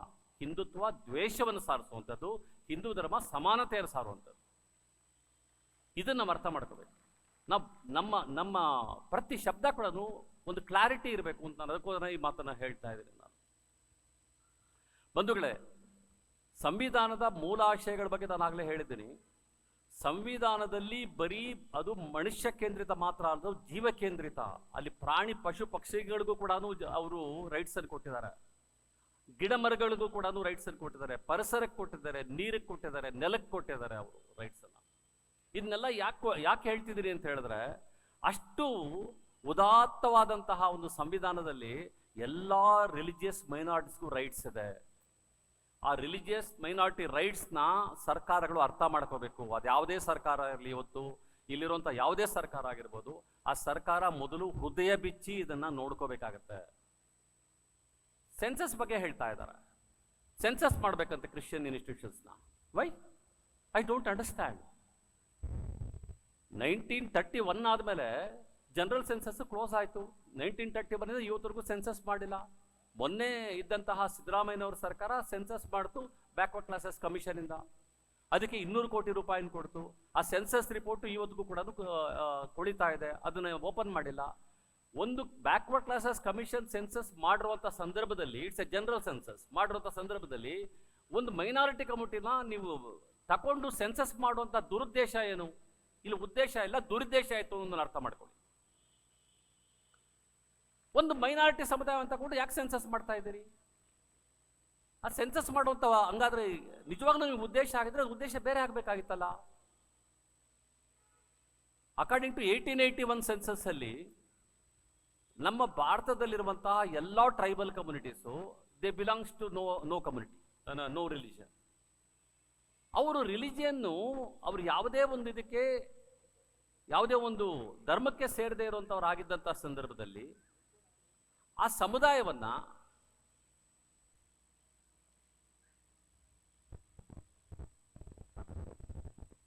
ಯಾವುದೇ ಒಂದು ರಿಲಿಜಿಯನ್ಗೆ ಸೇರದೇ ಇದ್ದಂಥ ಸಂದರ್ಭದಲ್ಲಿ ಆ ಟ್ರೈಬಲ್ ಸಮುದಾಯ 1881 ನಂತರ ತನ್ನ ಆಯ್ಕೆಯ ರಿಲಿಜಿಯನ್ನ ಆರಿಸ್ಕೊಳ್ಳೋಂಥದ್ದು ಯಾವ ರೀತಿಯಲ್ಲಿ ತಪ್ಪಾಗುತ್ತೆ? ಯಾಕಂದರೆ 1881 ಸೆನ್ಸಸ್ಸೇ ಹೇಳ್ತಾ ಇದೆ ಆ tribals they belongs to no religion ಅಂತ ಹೇಳ್ಬಿಟ್ಟು, ಯಾವ ರಿಲಿಜಿಯನ್ಗೂ ಅವ್ರು ಸೇರಿದವರಲ್ಲ ಅಂತ. ಹಾಗಾದರೆ ಟ್ರೈಬಲ್ ಸಮುದಾಯ ಆಮೇಲೆ ಆಯ್ಕೆ ಮಾಡಿಕೊಂಡಂತಹ ರಿಲಿಜಿಯನ್ನು ತಪ್ಪ? ಹಂಗಾದ್ರೆ ಇದು ನಾನು ಹೇಳ್ತಾ ಇರೋದು ಬಹಳ ಮೂಲಭೂತವಾಗಿ ಈ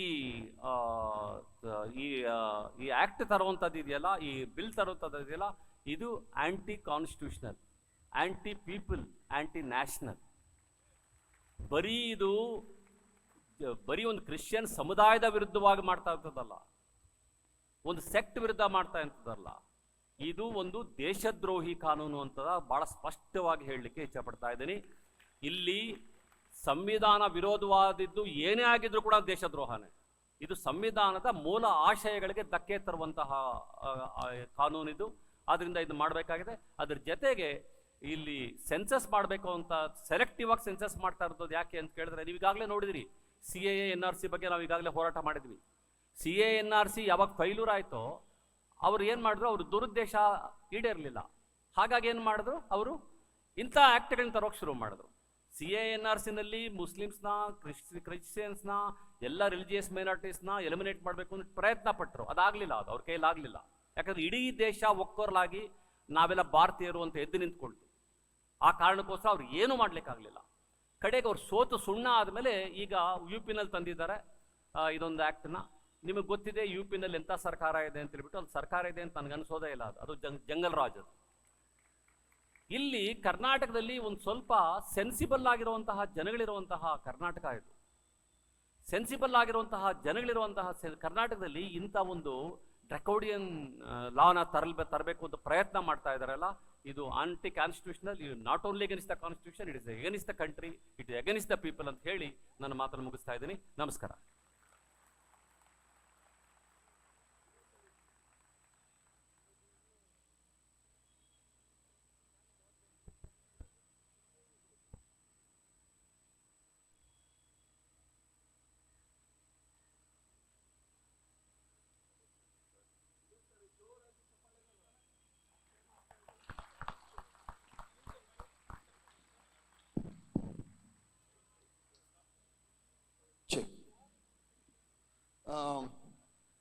ಹಿಂದುಳಿದ ಸಾಮಾಜಿಕವಾಗಿ ಹಿಂದುಳಿದವರು ಮತ್ತೆ ಆರ್ಥಿಕವಾಗಿ ಹಿಂದುಳಿದವರು, ಅಲ್ಪಸಂಖ್ಯಾತರು, ಅವರಿಗೆ ಆಗ್ತಾ ಇರುವಂತ ಅನ್ಯಾಯಗಳ ಕುರಿತಾಗಿ, ಅಷ್ಟು ಮಾತ್ರವಲ್ಲ ಕ್ರೈಸ್ತ ಸಮುದಾಯಕ್ಕೆ ಇರುವಂತ ಸವಲತ್ತುಗಳು, ಹಕ್ಕುಗಳ ಕುರಿತಾಗಿ ಡಾಕ್ಟರ್ CS ದ್ವಾರಕನಾಥ್ ಅವರು ತುಂಬಾ ಚೆನ್ನಾಗಿ ಮಾತಾಡಿದ್ದಾರೆ. ಇನ್ನೊಂದ್ಸಾರಿ ಅವರಿಗೆ ಚಪ್ಪಾಳೆ ತಟ್ಟ. ಮಾಧ್ಯಮದಲ್ಲಿ ಅನೇಕ ಸಾರಿ ನಾನು ಈ ಚರ್ಚೆ ನಡೀತಾ ಇರೋದನ್ನ ನಾನು ನೋಡಿದ್ದೇನೆ. ಅತ್ಯುತ್ತಮವಾಗಿ ನಮ್ಮ ಸಮಾಜವನ್ನ ಪ್ರತಿನಿಧಿಸಿ ನಮ್ಮ ಪರವಾಗಿ ಹೋರಾಟ ಮಾಡ್ತಾ ಇರುವಂತ ಐವನ್ ಡಿಸೋಜ ಅವರು ವಿಧಾನಸಭೆಯ ಸದಸ್ಯರು ನಮ್ಮ ಮಧ್ಯದಲ್ಲಿದ್ದಾರೆ. ಅವರ ಬಾಯಿಂದ ಕೆಲವು ಮಾತುಗಳನ್ನು ನಾವು ಕೇಳಿಕೊಳ್ಳೋಣ. ಚಪ್ಪಾಳೆ ತಟ್ಟಿ ಅವರನ್ನು ಬರಮಾಡಿಕೊಳ್ಳೋಣ ಪ್ರಿಯ.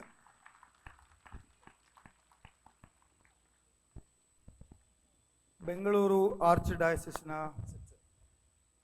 ಅತಿ ವಂದನೀಯ ಧರ್ಮಾಧ್ಯಕ್ಷರಂಥ ರೈಟ್ ರೆವರೆಂಡ್ ಫಿಲ್ಚರ್ ಮಚಾದೋ ಅವರೇ, ವೇದಿಕೆ ಮೇಲೆ ಉಪಸ್ಥಿತರಿರತಕ್ಕಂಥ ಬಿಷಪರುಗಳೇ, ಹಿರಿಯ ಶಾಸಕರುಗಳೇ, ಮಾಜಿ ಮಂತ್ರಿಗಳೇ, ರಾಜ್ಯಪಾಲರುಗಳೇ, ಕ್ರೈಸ್ತ ಧರ್ಮದ ಎಲ್ಲ ಡಿನಾಮಿನೇಷನ್ನ ಪ್ರತಿನಿಧಿಗಳೇ, ಧರ್ಮಗುರುಗಳೇ, ಧರ್ಮ ಭಗಿನಿಯರೇ, ಸಾರ್ವಜನಿಕರೇ, ಬಂಧುಗಳೇ, ಕರ್ನಾಟಕ ಸರ್ಕಾರ ಕ್ರೈಸ್ತ ವಿರೋಧಿ ನೀತಿಯನ್ನು ಅನುಸರಿಸ್ತಿದೆ ಅಂತೇಳೋದು ಇಡೀ ದೇಶದಲ್ಲಿ ಚರ್ಚೆ ಆಗ್ತಾ ಇದೆ. ಮತಾಂತರ ವಿರೋಧ ಕಾನೂನು, ಆಂಟಿ ಕನ್ವರ್ಷನ್ ಬಿಲ್ ಏನು ತರಬೇಕು ಅಂತ ಹೊರಟಿದ್ದಾರೆ, ಅದು ಈ ದೇಶದ ಸಂವಿಧಾನಕ್ಕೆ ವಿರೋಧವಾಗಿರ್ತಕ್ಕಂಥ ಒಂದು ಕಾನೂನು. ದೇಶದ ಸಂವಿಧಾನದಲ್ಲಿ ಯಾರು ಧರ್ಮವನ್ನು ಬದಲಾವಣೆ ಮಾಡಿಕೊಳ್ಬೋದು, ಯಾವ ಧರ್ಮವನ್ನು ಸ್ವೀಕಾರ ಮಾಡ್ಬೋದು, ಯಾವ ಧರ್ಮ ಸ್ವೀಕಾರ ಮಾಡಬೇಕಾದಾಗ ಅವರಲ್ಲಿ ಇರಬೇಕಾದಂಥ ಮೂಲಭೂತ ವಿಚಾರಗಳು ಯಾವುದು ಎಂಬುದರ ಬಗ್ಗೆ ಅತ್ಯಂತ ಸ್ಪಷ್ಟವಾಗಿದೆ. ಅದಕ್ಕೆ ಸಂಬಂಧಪಟ್ಟ ಹಾಗೆ ದ್ವಾರಕನಾಥ್ ಅವರು ಹೇಳಿದ ಹಾಗೆ ಸುಪ್ರೀಂ ಕೋರ್ಟು ಮತ್ತು ಹೈಕೋರ್ಟ್ಗಳಲ್ಲಿ ಸಾಕಷ್ಟು ಜಡ್ಜ್ಮೆಂಟ್ಗಳು ಇದ್ದಾವೆ. ಆದರೆ ಇವತ್ತು ಏನು ಕರ್ನಾಟಕ ರಾಜ್ಯ ಸರ್ಕಾರ, ಪ್ರಸ್ತುತ ಇರತಕ್ಕಂಥ ಸರ್ಕಾರ, ನಾವು ಒಂದು ಕಾನೂನು ತರ್ತೇವೆ, ಆ ಮೂಲಕ ಕ್ರೈಸ್ತರನ್ನ ಸೆದೆ ಬಡಿಯುತ್ತೇವೆ, ಆ ಮೂಲಕ ನಾವು ನಮ್ಮನ್ನು ಸಂಘಟನೆ ಮಾಡಿಕೊಳ್ತೇವೆ ಅಂತ ಏನು ಹೊರಟಿದ್ದಾರೆ, ಅದು ಈ ಹಿಂದೆ ಮಾತಾಡಿದವರು ಹೇಳಿದ ಹಾಗೆ ಅದು ಕ್ರೈಸ್ತ ವಿರೋಧಿ ಕಾನೂನೇ ಹೊರತು ಮತಾಂತರ ವಿರೋಧವಾದ ಕಾನೂನು ಅಲ್ಲ. ಇದು ಒಂದು ಸ್ಪಷ್ಟ. ಮತಾಂತರ ಹೇಗೆ ಆಗಬೇಕು, ಹೇಗೆ ಆಗಬಾರ್ದು ಅಂತ ಹೇಳುವಂಥದ್ದು ನಮಗೆಲ್ಲ ತಿಳಿದಿದೆ. ಆದರೆ ಸರ್ಕಾರಕ್ಕೆ ಏನಾಗಬೇಕು ಅಂದರೆ ಅವರ ಹಿಂದೆ ಇರ್ತಕ್ಕಂಥವರನ್ನ ಅವರು ಸಮಾಧಾನ ಪಡಿಸಬೇಕು, ಅವರಿಗೆ ಅವರು ಶಬಾಸ್ ಅನ್ಬೇಕು, ಅವರಿಗೆ ಕಿಚ್ಚಪ್ಪಾಳೆ ತಟ್ಟಬೇಕು. ಅದಕ್ಕೋಸ್ಕರ ಯಾರು ನೀತಿ ನಿಯಮ, ದೇಶದ ಕಾನೂನು, ನೆಲ ಜಲ ಕಾನೂನನ್ನು ಪ್ರೀತಿಸಿ ಈ ದೇಶದಲ್ಲಿ ಹುಟ್ಟಿದ್ದೇವೆ, ಈ ದೇಶದಲ್ಲಿ ಸಾಯ್ತೇವೆ, ಈ ದೇಶವೇ ನನ್ನ ಮೂಲಭೂತ, ಈ ದೇಶದಕ್ಕಿಂತ ದೊಡ್ಡದು ನನಗೆ ಯಾರೂ ಇಲ್ಲ ಅಂತ ಹೇಳುವ ಒಂದು ಧರ್ಮ ಇದ್ರೆ ಅದು ಕ್ರೈಸ್ತ ಧರ್ಮ ಅಂತ ಹೇಳುವುದನ್ನ ತಿಳಿದುಕೊಳ್ಳಲು ರಾಜ್ಯ ಸರ್ಕಾರದ ಪ್ರತಿನಿಧಿಗಳು ಎಡವಿದ್ದಾರೆ ಅಂತ ನಾನು ಈ ಮಾತನ್ನ ಹೇಳಲಿಕ್ಕೆ ಬಯಸ್ತಾ ಇದ್ದೇನೆ. ಇವತ್ತು ಶಿಕ್ಷಣ, ಆರೋಗ್ಯ ಅಥವಾ ಯಾವುದೇ ಸಮಾಜ ಸೇವೆ ಕ್ಷೇತ್ರ ತೆಗೆದುಕೊಂಡ್ರೆ ಅವರೇ ಹೇಳ್ತಾರೆ ನಮ್ಮ ಸಮಾಜಕ್ಕಿಂತ ಕ್ರೈಸ್ತ ಸಮುದಾಯ ಬಹಳ ದೊಡ್ಡ ಸಾಧನೆ ಮಾಡಿದೆ ಅಂತಾರೆ. ಒಮ್ಮೆ ಡಾಕ್ಟರ್ APJ ಅಬ್ದುಲ್ ಕಲಾಂ ಅವರು ಮಂಗಳೂರಿಗೆ ಸೆಂಟ್ ಅಲೋಸಿಯಸ್ ಕಾಲೇಜಿನ ಪೋಸ್ಟ್ ಸೆಂಟಿನರಿ ಉದ್ಘಾಟನೆ ಮಾಡಲಿಕ್ಕೆ ಬಂದಿದ್ರು. ಅವರು Galaxy of leaders, central ministers, chief ministers, governors ಇದ್ದಾಗ ಅವರು ಹೇಳಿದ್ರು, ಭಾರತ ದೇಶದಲ್ಲಿ ನಾನು ಪ್ರಪಂಚದ ಉದ್ದಗಲಕ್ಕೂ ಸುತ್ತಾಡಿದ್ದೇನೆ. ಕ್ರೈಸ್ತ ಸಮುದಾಯ ಭಾರತ ದೇಶದಲ್ಲಿ ಕೊಟ್ಟಿರ್ತಕ್ಕಂಥ ಕೊಡುಗೆ ಬರೀ ಅವರು 3% ಜನ ಇದ್ರು, ಉಳಿದ 97% ಜನಕ್ಕಿಂತಲೂ ಮಿಗಿಲಾಗಿದ್ದದ್ದು ಅದು ಯಾವತ್ತೂ ಈ ಭಾರತ ದೇಶ ಮರೆಯುವಂತಿಲ್ಲ ಅಂತೇಳೋ ಮಾತನ್ನು ಹೇಳಿದ್ದಾರೆ. ನಾವು ಪ್ರೀತಿಯಿಂದ, ಸಮಾಧಾನದಿಂದ ಕಾನೂನನ್ನು ಪಾಲಿಸಿ ಈ ದೇಶದ ಕಾನೂನಿಗೆ ಗೌರವ ಕೊಟ್ಟು ಸಮಾಜದಲ್ಲಿ ನಡೆದುಕೊಂಡ್ರೆ ಅದೇ ನಮ್ಮ ದೌರ್ಬಲ್ಯ ಅಂತ ಹೇಳುವ ರೀತಿಯಲ್ಲಿ ಇವತ್ತು ಏನು ರಾಜ್ಯ ಸರ್ಕಾರದ ಕೆಲವು ಪ್ರತಿನಿಧಿಗಳು ತಿಳ್ಕೊಳ್ಳಿಕ್ಕೆ ಪ್ರಯತ್ನ ಮಾಡಿದ್ದಾರೆ, ಅದನ್ನು ನಾನು ಖಂಡನೆ ಮಾಡ್ತೇನೆ. ಯಾವುದೇ ಕಾರಣಕ್ಕೂ ರಾಜ್ಯ ಸರ್ಕಾರಕ್ಕೆ ಮತ್ತೊಮ್ಮೆ ವಿನಂತಿ ಮಾಡ್ತೇನೆ, ವಿಧಾನಸಭೆಯಲ್ಲಿ ಕಾನೂನನ್ನು ಮಂಡನೆ ಮಾಡಿ ನೀವು ಏನು ಸಾಧನೆ ಮಾಡಲಿಕ್ಕೆ ಆಗೋದಿಲ್ಲ. ನೀವು ಕಾನೂನು ಮಂಡನೆ ಮಾಡುವಂಥ ಉದ್ದೇಶ ಕ್ರೈಸ್ತ ಸಮುದಾಯದ ಯಾರು ಜನಸೇವೆ ಮಾಡ್ತಾರೆ, ಯಾರು ಜನಪರ ಕೆಲಸ ಮಾಡ್ತಾರೆ ಅವರನ್ನ ಜೈಲಿಗೆ ಹಟ್ಟಬೇಕು ಅಂತ ಹೇಳೋ ಉದ್ದೇಶದಿಂದಲೇ ಮಾಡ್ತೀವಿ ಹೊರತು ಬೇರೆ ಯಾವುದೇ ಉದ್ದೇಶ ಇಲ್ಲ. ನಿಮ್ಮಲ್ಲಿ ಇರ್ತಕ್ಕಂಥ ಉದ್ದೇಶ ಅದು ಸದುದ್ದೇಶ ಇಲ್ಲ, ಅದು ದುರುದ್ದೇಶದಿಂದ ಕೂಡಿದ್ದು ಅಂತ ಹೇಳುವುದನ್ನು ಹೇಳಿ ಈ ಕಾನೂನನ್ನು ಕೂಡಲೇ ಹಿಂದಕ್ಕೆ ಪಡೆಯಿರಿ. ಇದ್ದಲ್ಲಿ ನಾವು ನಮ್ಮ ಶಾಂತಿಯುತ ಹೇಳಿದ್ದೇವೆ ಪೀಸ್ ಅಸೆಂಬ್ಲಿ ಅಂತ. ಈ ಪೀಸ್ ಅಸೆಂಬ್ಲಿ ವಿಲ್ ಕಂಟಿನ್ಯೂ ಮತ್ತು ದೇವರವರಿಗೆ ಒಳ್ಳೆ ಬುದ್ಧಿ ಕೊಡಲಿ ಅಂತೇಳಿ ಪ್ರಾರ್ಥನೆ ಮಾಡಿ ಮಾತು ಮುಗಿಸ್ತೇನೆ. ನಮಸ್ಕಾರ. Thank you, Father Ivan D'Souza. Thank you so much. I would now like to welcome Mr. KJ George. He's a seasoned politician. All of you know him. I don't think there's anyone who doesn't know him.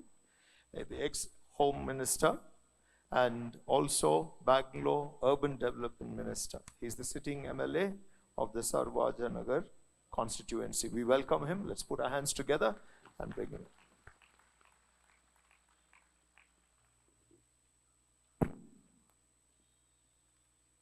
ಎಲ್ಲರಿಗೂ ನಮಸ್ಕಾರ.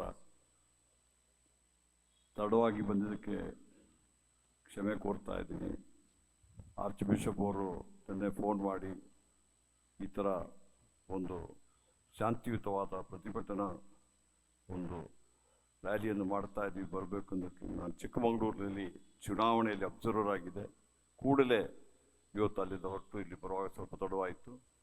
ಬಹುಶಃ ಈ ಒಂದು ಸಮಾರಂಭಕ್ಕೆ ಅಧ್ಯಕ್ಷತೆಯನ್ನು ವಹಿಸಿರತಕ್ಕಂಥ all Karnataka United Christian ಫೋರಂನ ಅಧ್ಯಕ್ಷರಾದ arch bishop Peter ಮಚೋಡ ಅವರೇ, CSI ಬಿಷಪ್ರಾಗಿರ್ತಕ್ಕಂಥ PK Samuel ಅವರೇ, ಬಿಷಪ್ ಸಬಾಸ್ಟಿನ್ ಅದೇನಾಥ್ ಅವರೇ, ಎಲ್ಲ ಹಿರಿಯ ಬಿಷಪ್ರುಗಳೇ, ಧರ್ಮಗುರುಗಳೇ, ಕನ್ಯಾಶ್ರೀಗಳೇ, ಹಿರಿಯರಾದ ಶ್ರೀಮತಿ ಮಾರ್ಗೆಟ್ ಆಲೋಜಿಯವರೇ, ಗೋರಖ್ನಾಥ್ ಅವರೇ, ನನ್ನ ಸಹೋದರಿಯಾದ ಐವಾನ್ ಡಿಸಸ್ ಅವರೇ, ಬಂದಿರತಕ್ಕಂಥ ಎಲ್ಲ ಕ್ರೈಸ್ತ ಬಾಂಧವರೇ ಮತ್ತು ಇದಕ್ಕೆ ಬೆಂಬಲದಿಂಥದ ಎಲ್ಲ ಜನರಿಗೂ ಸಮೇತ ನಮಸ್ಕಾರ ಹೇಳಿ, ಇವತ್ತು ನಾವೊಂದು ಕ್ರಾಸ್ ರೋಡಲ್ಲಿದ್ದೀವಿ. ಈ ದಿವಸ ತಮ್ಮ ರಾಜಕೀಯದ ದುರುದ್ದೇಶಕ್ಕೋಸ್ಕರವಾಗಿ ಈ ಒಂದು ಕಾನೂನುಗಳನ್ನು ತಂದು, ಆ ಕಾನೂನು ಈಗಾಗಲೇ ಜಾರಿಯಲ್ಲಿದೆ. ಏನಂತ ಬಿಟ್ಟರೆ ಬಲವಂತದಿಂದಾಗಿ ಯಾರನ್ನ ಸಮೇತ ಮತಾಂತರ ಮಾಡಲಿಕ್ಕಾಗೋದಿಲ್ಲ.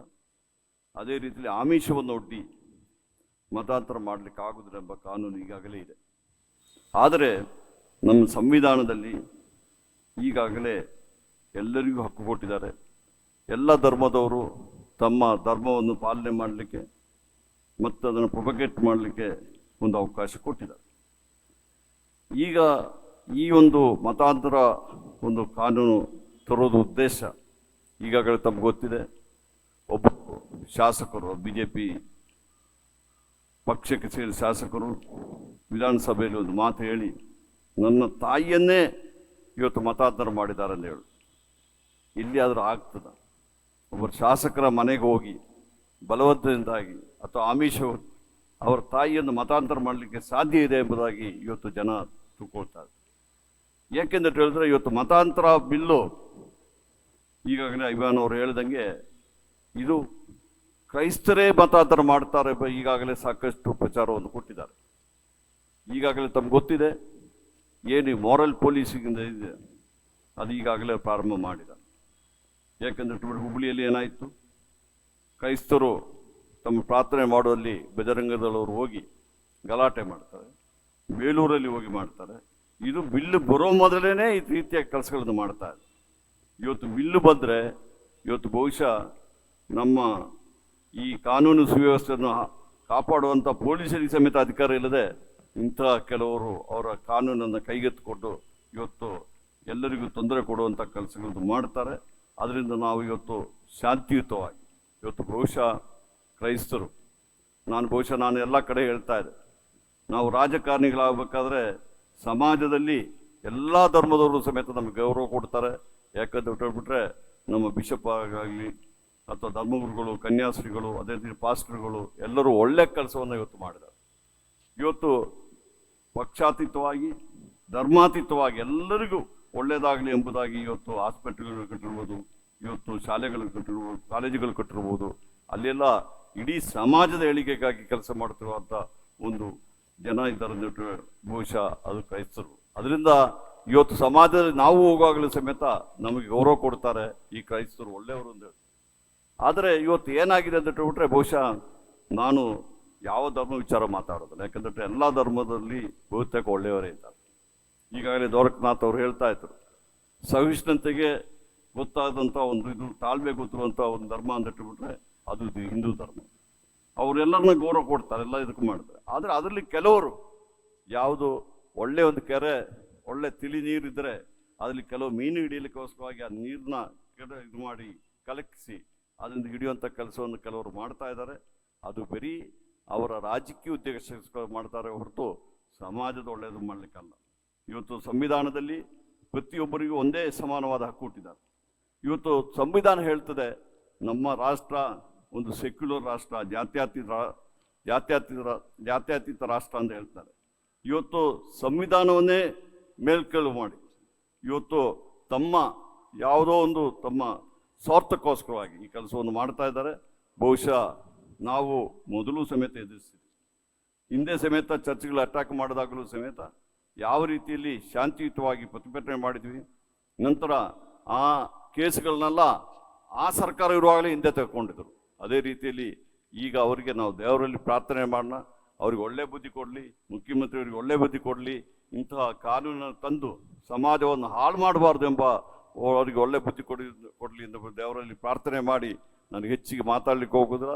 ಬಹುಶಃ ಇವತ್ತು ನೀವೆಲ್ಲ ಬಂದಿದ್ದೀರ, ನಮ್ಮ ಆರ್ಚ್ ಬಿಷಪ್ ಅವರು, ಎಲ್ಲ ಬಿಷಪ್ ಅವರು, ನಾವೆಲ್ಲ ಸೇರಿ ಈ ಒಂದು ವಿಚಾರದಲ್ಲಿ ಶಾಂತಿಯುತವಾಗ ಇವತ್ತೊಂದು ಸಂದೇಶ ತಾವು ಕಳಿಸ್ತಾ ಇದ್ರೆ ಆ ಸಂದೇಶ ಇಡೀ ಕರ್ನಾಟಕಕ್ಕಲ್ಲ ಇಡೀ ರಾಷ್ಟ್ರಕ್ಕೆ ಹೋಗ್ತದೆ ಮತ್ತು ಅಂತಾರಾಷ್ಟ್ರೀಯ ಮಟ್ಟದಲ್ಲಿ ಸಮೇತ ಇದರ ಜನರ ಗಮನ ಸೆಳೀತದೆಂಬ ಮಾತನ್ನು ಈ ಸಂದರ್ಭದಲ್ಲಿ ಹೇಳಿ ನನ್ನ ಮಾತುಗಳನ್ನು ಮುಗಿಸ್ತೀನಿ. ಜೈ ಹಿಂದ್, ಜೈ ಕರ್ನಾಟಕ. ತುಂಬ ವಂದನೆಗಳು ಮಿಸ್ಟರ್ KJ ಜಾರ್ಜ್ ಅವರೇ. ನಮಗೆ ಬೆಂಬಲವಾಗಿ ನಿಂತ್ಕೊಂಡು ನಮಗೋಸ್ಕರ ಹೋರಾಟ ಮಾಡ್ತಾ ಅಂತ ಅವರಿಗಾಗಿ ನಾವು ದೇವರನ್ನ ಕೊಂಡಾಡೋಣ. ಇನ್ನು ಕೆಲವೇ ಸ್ಪೀಕರ್ಗಳಿದ್ದಾರೆ, ಭಾಳ ಹೊತ್ತು ತಗೊಳ್ಳೋದಿಲ್ಲ. ಆದ್ದರಿಂದ ದಯವಿಟ್ಟು ತಾವೆಲ್ಲರೂ ತಾಳ್ಮೆಯಿಂದ ಅವರು ಕೊಡುವಂಥ ಮಾಹಿತಿಗಳನ್ನು, ಉತ್ತೇಜನವನ್ನು ಅವರಿಂದ ನಾವು ಪಡೆದುಕೊಳ್ಳೋಣ. ಪ್ರಿಯರೇ, ಈ ಸಮಯದಲ್ಲಿ ನಮ್ಮ ಮಧ್ಯದಲ್ಲಿ ಒಬ್ಬ ಡಾಕ್ಟರ್ ಇದ್ದಾರೆ. Is a consultant urologist, FRCS on urology, president of Karnataka branch of Jamaat e Islam, doctor Belgami Mohammed ಅವರು ನಮ್ಮ ಮಧ್ಯದಲ್ಲಿದ್ದಾರೆ. ಅವರಿಂದ ನಾವು ಕೆಲವು ಮಾತುಗಳನ್ನು ಕೇಳಿಕೊಳ್ಳೋಣ. ಚಪ್ಪಾಳೆ ತಟ್ಟಿ ಅವ್ರನ್ನ ಬರಮಾಡಿಕೊಳ್ಳೋಣ ಪ್ರಿಯರೇ.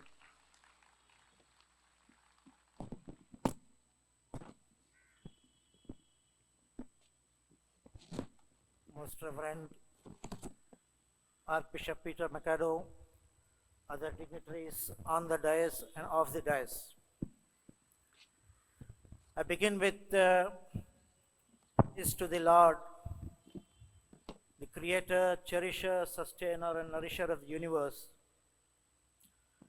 Let His choicest blessings shower on all the great souls, philosophers, and sages, including Prophet Jesus and Prophet Muhammad. Indeed, this is a laudable effort from all Karnataka United Christian Forum for Human Rights to bring together people from different faiths to stand together for the cause of peace, harmony, and justice in the society. Friends, India is indeed a multi-religious, multilingual, multicultural society which prides itself in the unity and diversity that we have here. This is a rainbow of colors. This is a garden of different flowers that makes India great. This is our distinction in the Committee of Nations in the world today.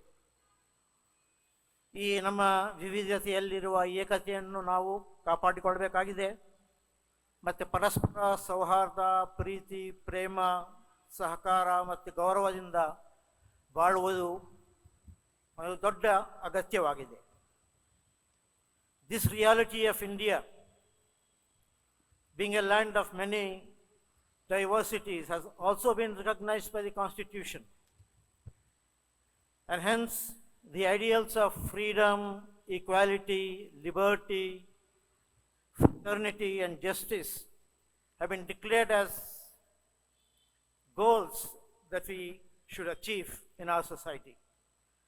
Similarly, our Constitution has the characteristics of secularism, democracy, socialism, and such other golden principles. Also, our Constitution guarantees us fundamental rights, amongst which is included the freedom of religion, freedom of expression, freedom of conscience, freedom of choice of religion, freedom of personal laws, and freedom to establish institutions of their own choice by the minorities here. Unfortunately, this time-tested and long-lasting traditions of our country are being challenged in the recent few years.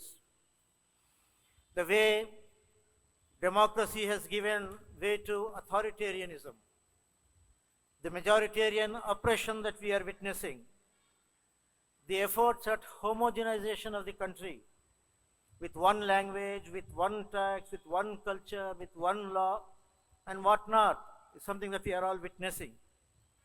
The wave of saffronization, the polarization and the hatred that is being built in the society, the violence and lawlessness that seems to be gaining ground, the suppression of dissent, and weakening of democratic institutions is all a matter of concern for us.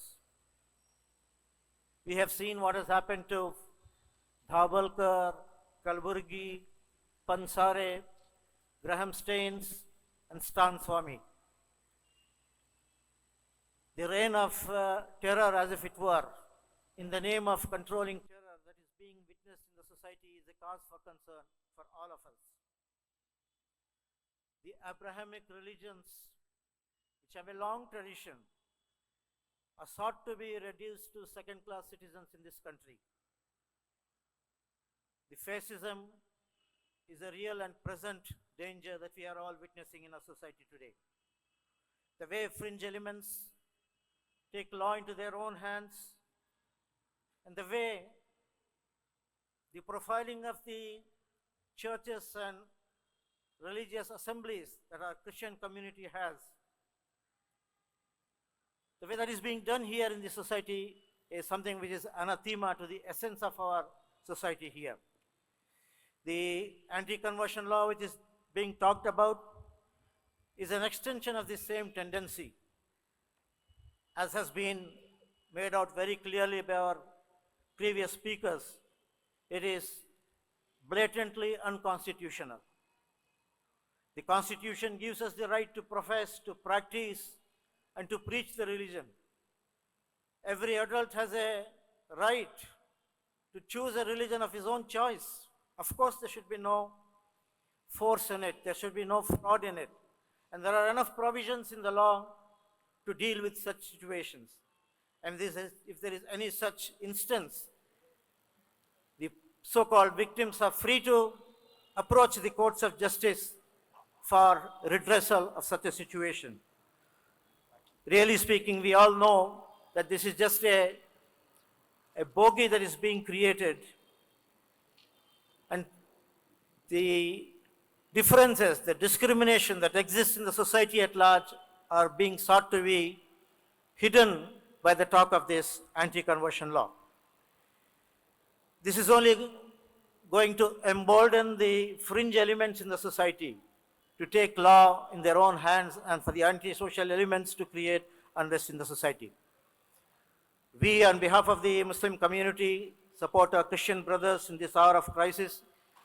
I have written an open letter to the Chief Minister expressing our displeasure over this proposed move to bring in such a legislation, and for all of us to see reason and to come together. There is a need for all of us, for all the peace-loving citizens of this country, to come together to safeguard the real Indian ethos of spirituality, of tolerance, of love and affection. We need to come together to save the Constitution. We need to stand up against injustice and oppression. And we need to promote morality and moral values and humanity in the society. Remember, we may be Christians, Muslims and Hindus, but humanity is our first religion. Let us protect it. Let us nurture this humanity in our country. The Prophet Muhammad ﷺ gave an excellent example of a boat. If those people who are in the lower segment of the boat, if they want to burr a hole in the bottom of it so that they can fetch water easily, the entire boat is going to drown. There is a need to take care of the evil elements in the society and prevent them from committing such a sin which will endanger the entire country. It is a tragedy today that where evil is organized, the good elements in the society, which are large in numbers, they are passive, they are frail, they are weak, and they are unorganized. It is time that we come together, we stand together, and we invite all the right-thinking people across religions, and we invite our right-wing brothers also to see reason and see what is best for the humanity and the country at large. Appreciating the efforts that the Archbishop has taken, I appeal to all my brothers, Muslims, Hindus and Christians, to stand together in this hour of crisis. Thank you, one and all.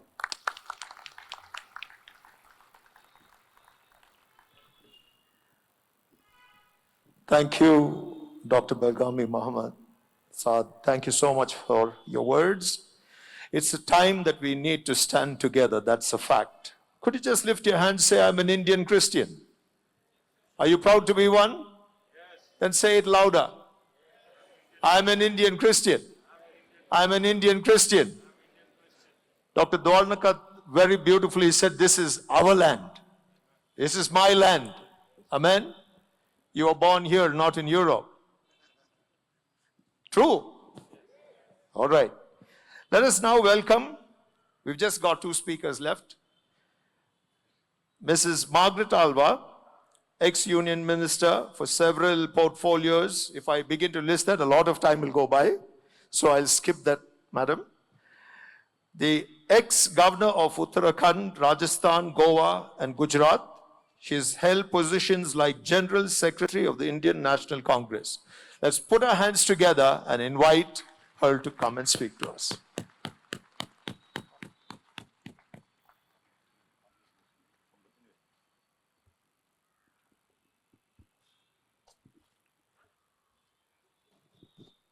My Lord Bishops, all denominational representatives, Christian brothers and sisters, and representatives of other faiths. ಈ ಸಭೆ ತುಂಬಾ ದೊಡ್ಡದು ಆಗಬೇಕಿತ್ತು ಇವತ್ತು. ತುಂಬಾ ತಯಾರಿ ಮಾಡಿದ್ರು ನಮ್ಮ ಆರ್ಚ್ ಬಿಷಪ್ನವರು. ಆದರೆ ನಿನ್ನೆ ಒಂದು ನೋಟಿಸ್ ಬಂತು. 500 ಜನರಕ್ಕಿಂತ ಜಾಸ್ತಿ ಜನರು ಕೂರಬಾರ್ದಂತ ಹೇಳಿ. ಯಾಕೆ ಹೆದರಿಕೆ ಬಂತ ನಿಮಗೆ?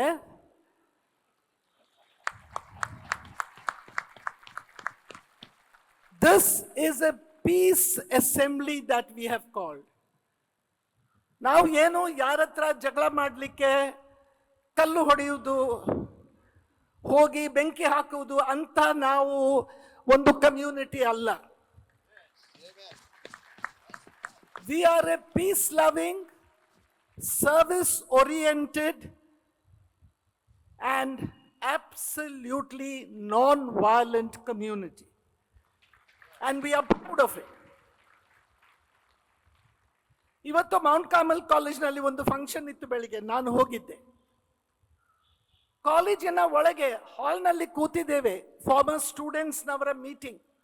ಅಲ್ಲಿ ಬಂದರು, ಒಳಗೆ ಕೇಳಲಿಕ್ಕೆ ಎಷ್ಟು ಜನ ಇದ್ದಾರೆ ಅಂತ ಹೇಳಿ. ನಾನು ಅಲ್ಲಿ ಪ್ರಿನ್ಸಿಪಲ್ಗೆ ಹೇಳಿದೆ, ಏನು ಉತ್ತರ ಕೊಡಬೇಡಿ, ಒಳಗೆ ಬನ್ನಿ ಅಂತ ಹೇಳಿ. ನಾನಿದ್ದೇನೆ ಇಲ್ಲಿ, ಲೆಟ್ ದೆಮ್ ಅರೆಸ್ಟ್ ಮಿ ಅಂತ. 150 ಜನರಿಲ್ಲ, ಆದರೆ ಬಂದರು ಕೇಳಲಿಕ್ಕೆ. I don't understand what this atmosphere of fear that this government is trying to create in Karnataka. ನಾನು ನಿಮ್ಮ ಹತ್ರ ಕೇಳ್ತಾ ಇದ್ದೀನಿ, ಎಲ್ಲಿ ಕನ್ವರ್ಷನ್ ಆಗ್ತಾ ಇದೆ ಕರ್ನಾಟಕದಲ್ಲಿ ಹೇಳಿ ನನಗೆ. ನಾನು 5 ನಿಮಿಷ ನಿಮ್ಮ ಹತ್ರ ಹೇಳಬೇಕು. ಪಾರ್ಲಿಮೆಂಟ್ನಲ್ಲಿ ಒಂದು ದೊಡ್ಡ ಡಿಬೇಟ್ ಇತ್ತು. ಅಡ್ವಾಣಿ ಅವರು ಹೋಮ್ ಮಿನಿಸ್ಟರ್ ಆಗಿದ್ರು, ನಾನು ಅಪೋಸಿಷನ್ನಲ್ಲಿ ಇದ್ದೆ. ನಾನು ಮಾತನಾಡಿದೆ, ಎಷ್ಟೋ ಪ್ರಶ್ನೆ ಕೇಳಿದೆ. ಅಡ್ವಾಣಿಜಿ ಅವರು ನಿಂತ್ಕೊಂಡು 2 ಶಬ್ದ ಹೇಳಿದ್ರು, ಅಲ್ವಾ ಜಿ ಇತ್ತೆ ಗುಸ್ಸೆ ಮೇ ಕ್ಯೋ ಹೋ, ಯಾಕೆ ಕೋಪ ನಿಮಗೆ? I want you to know that I am the product of the Jesuits of Karachi. I owe my career and what I have become to the education I received from the Jesuits. कैसे बिगड़ गए हैं अडवाणी जी ಅಂತ पूछे ನಾನು ಕೇಳಿದೆ. ಹೇಗೆ ತಪ್ಪಾಯಿತು ನಿಮ್ದು? ಈಗ ಎಲ್ಲಿ ಹೋಗಿದ್ದೀರಿ? ನಾನು ನಿಮ್ಮ ಹತ್ರ ಇವತ್ತು ಹೇಳ್ತಾ ಇದ್ದೀನಿ, ಸಾವಿರ ಮಕ್ಕಳು ನಮ್ಮ ಶಾಲೆಗಳಿಗೆ ಬರ್ತಾರೆ. ನನ್ನ ಹತ್ರ ಒಂದು ವರ್ಷಕ್ಕೆ ಎಷ್ಟು ರಿಕ್ವೆಸ್ಟ್ ಬರ್ತವೆ, also from BJP ministers, MLAs, MPs, ಒಂದು ಸೀಟ್ ಮಾಡಿ ಕೊಡಿ ಅಂತ ನಿಮ್ಮ ಇನ್ಸ್ಟಿಟ್ಯೂಷನ್ಗಳಲ್ಲಿ, ಶಾಲೆ ಕಾಲೇಜು ಯಾವುದೂ ಆಗಲಿ.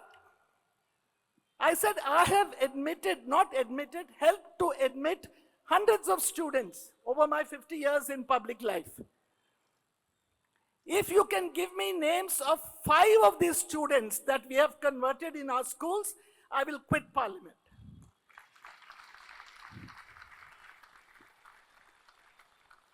ಎಷ್ಟು ಮಕ್ಕಳನ್ನು ನೀವು ನಮ್ಮ ಶಾಲೆಗಳಿಗೆ ಕಳಿಸ್ತೀರಾ?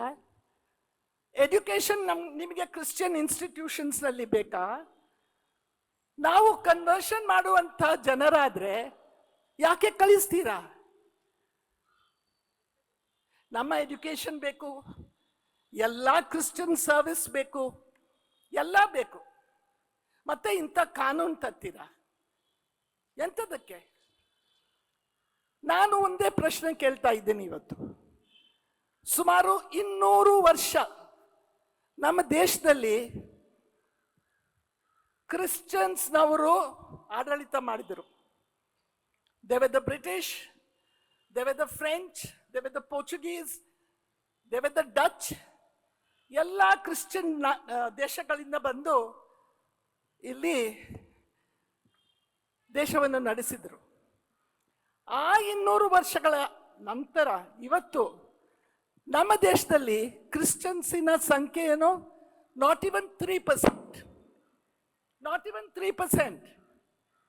If we were converting people like they are saying, we should have been at least 30% after 200 years.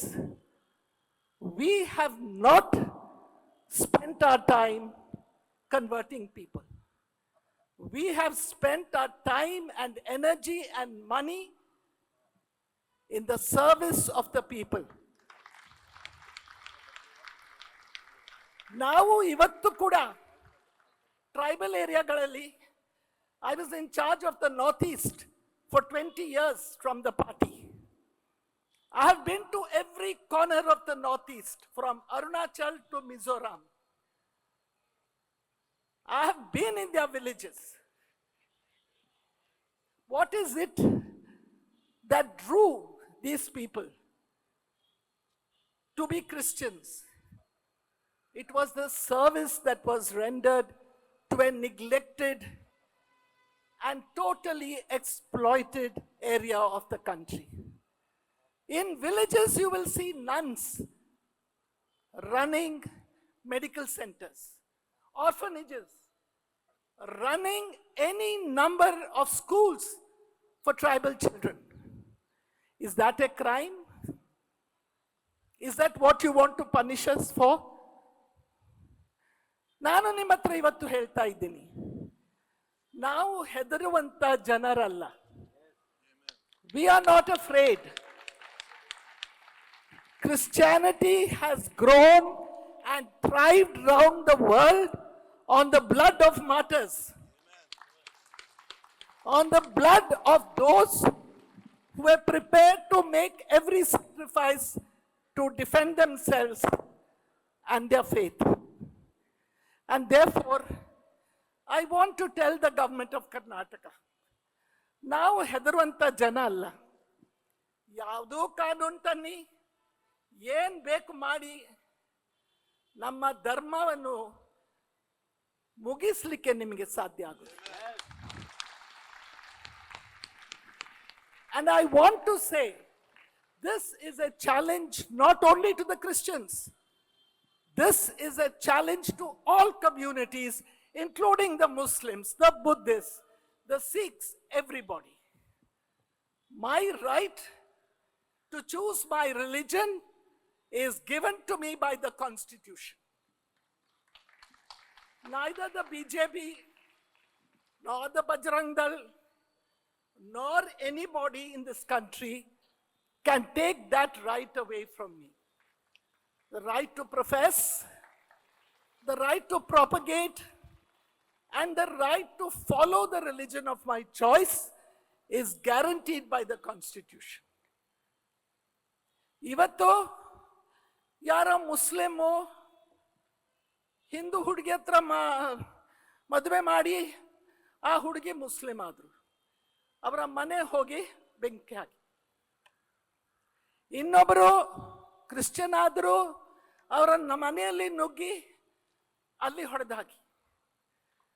ನಾನು ನಿಮ್ಮ ಹತ್ರ ಕೇಳ್ತೇನೆ, if tomorrow you have a Christian girl marry a Hindu and become a Hindu, let us say, will you file an FIR against her? Will you file a case and walk into the house and ask her why she became a Hindu? Why is there a different rule for different people? ಬಂಧುಗಳೇ, ನಾನು ಉದ್ದ ಭಾಷಣ ಮಾಡುವುದಿಲ್ಲ. I don't want to get political, but I want to tell you, as Christmas approaches, more and more restrictions are going to be imposed to prevent us from celebrating the festival of the year. This is being planned. ಕುಂಭ ಮೇಳದಲ್ಲಿ second wave ಇದ್ದಾಗ ದೇಶದಲ್ಲಿ ಎಷ್ಟು ಲಕ್ಷ ಜನರನ್ನು ಬಿಟ್ಟಿರಿ ನೀವು ಕುಂಭ ಮೇಳಕ್ಕೆ ಹೋಗ್ಲಿಕ್ಕೆ? ದಿವಾಳಿ ಹಬ್ಬದ ಟೈಮ್ನಲ್ಲಿ ಯಾವ ರೆಸ್ಟ್ರಿಕ್ಷನ್ಸ್ ಇತ್ತು ಸ್ವಾಮಿ ಹೇಳಿ? ನಮ್ಮ ಪ್ರಧಾನ ಮಂತ್ರಿಯವರೇ ಹೋದ್ರು ಮೇಳದಲ್ಲಿ. ಅದಕ್ಕೆ ನಾನು ಹೇಳುವುದು ಹೆದರುವಂತ ಮಾತಲ್ಲ. We have to stand united. I have been saying this to the Archbishop in my own way. All sections of Christians have to unite. All Muslims and other minorities have to unite. And I will tell you, 90% of my Hindu brothers and sisters are with us. They are secular. It is this 10% of the mad fringe of Hindu society that is creating the trouble, creating vote bank politics. I want to say to you that we should not bow and give in. We must stand united. We must be determined to protect and defend our rights. These bills and laws have no meaning.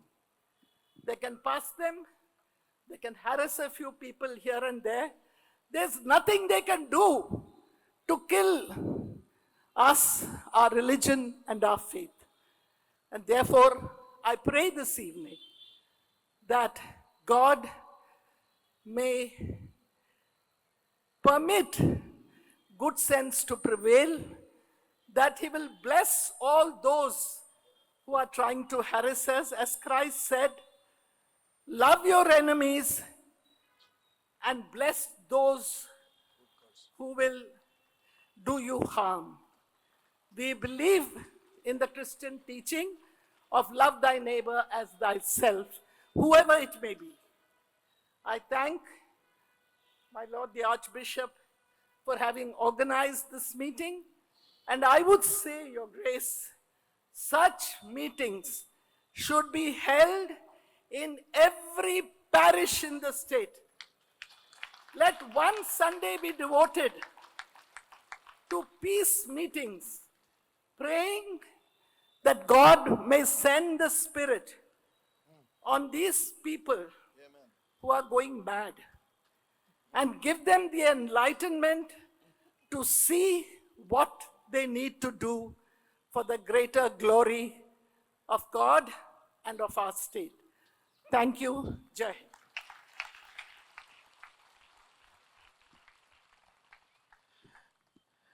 Shrimati Margaret Alva ಅವರ ಅದ್ಭುತವಾದ ಸೇವೆ ನಮ್ಮ ದೇಶಕ್ಕಾಗಿ, ಇವತ್ತು ಮಾತನಾಡಿದಂಥ ಬಲವಾದ ಅದ್ಭುತವಾದಂಥ ಮಾತುಗಳಿಗಾಗಿ, ಅಷ್ಟು ಮಾತ್ರವಲ್ಲ ಸರ್ಕಾರಕ್ಕೆ ಅವರು ಸಲ್ಲಿಸಿದ ಸಂದೇಶಕ್ಕಾಗಿ ಇನ್ನೊಂದ್ಸಾರಿ ಜೋರಾಗಿ ಚಪ್ಪಾಳೆ ತಟ್ಟೋಣ. Thank you. ಇತ್ತೀಚಿನ ದಿನಗಳಲ್ಲಿ ಇವರು ಎಲ್ಲಾ ಜನರಿಗೂ ಪರಿಚಯ ಆಗಿರುವಂತ ಒಬ್ಬ ವ್ಯಕ್ತಿ, Archbishop of the Archdiocese of Bangalore, President of United Christian Forum for Human Rights. ಎಲ್ಲರಿಗೂ ಪರಿಚಯ ಆಗಿರುವಂತ ಈ ಮೋಸ್ಟ್ ರೆವರೆಂಡ್ ಪೀಟರ್ ಮಚಾಡೋ ಅವರ ಈ ಕಡೆ ಒಂದು ಭಾಷಣ, ಅವರ ಬಾಯಿಂದ ವಾಕ್ಯಗಳನ್ನು ನಾವು ಕೇಳಿಕೊಳ್ಳೋಣ. ಚಪ್ಪಾಳೆ ತಟ್ಟಿ ಅವ್ರನ್ನ ಬರಮಾಡಿಕೊಳ್ಳೋಣ ಪ್ರಿಯರೇ.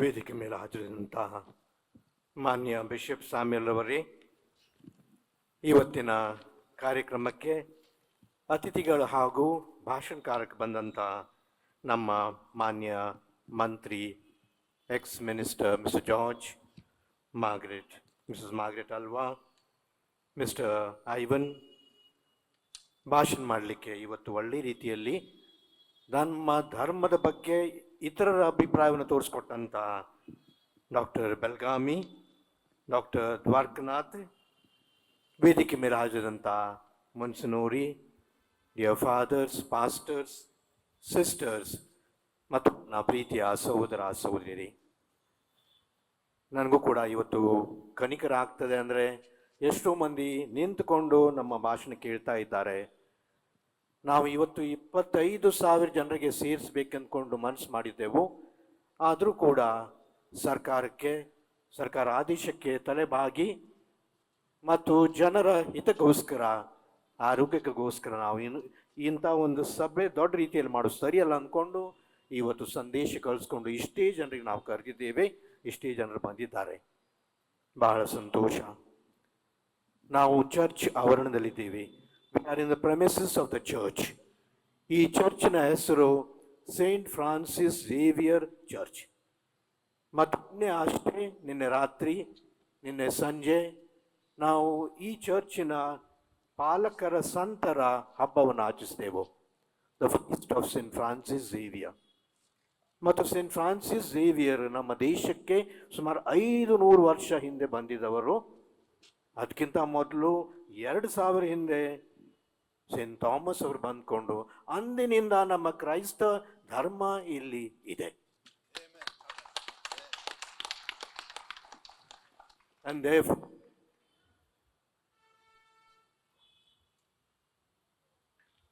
therefore, we are citizens of this country. We are patriotic. We are honorable citizens who pay the taxes, who give service to the country. ಬಹುಶಃ ಇವತ್ತು ನಾವು ಬಂದಿದ್ದು ಸರ್ಕಾರಗೋಸ್ಕರ ಪ್ರಾರ್ಥನೆ ಮಾಡಲಿಕ್ಕೆ. ಈ ಸಭೆ ಸೇರುವಾಗ ಶುರು ಮಾಡುವಾಗ we have prayed for our government. We pray for the government because the Holy Scripture says us that all authority comes from God. ಎಲ್ಲ ಅಧಿಕಾರ ದೇವರಿಂದ ಬರ್ತದೆ. ಅದನ್ನು ದುರುಪಡಿಸಲಿಕ್ಕೆ ಆಗೋದಿಲ್ಲ. We cannot misuse the authority that God has given us. We pray for our rulers.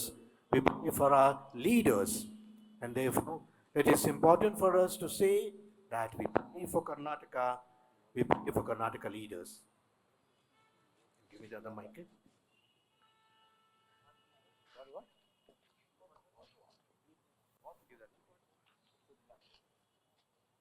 ನಮ್ಮ ಪ್ರಧಾನಿ ಮಂತ್ರಿ ಶ್ರೀ ನರೇಂದ್ರ ಮೋದಿ ಅವರು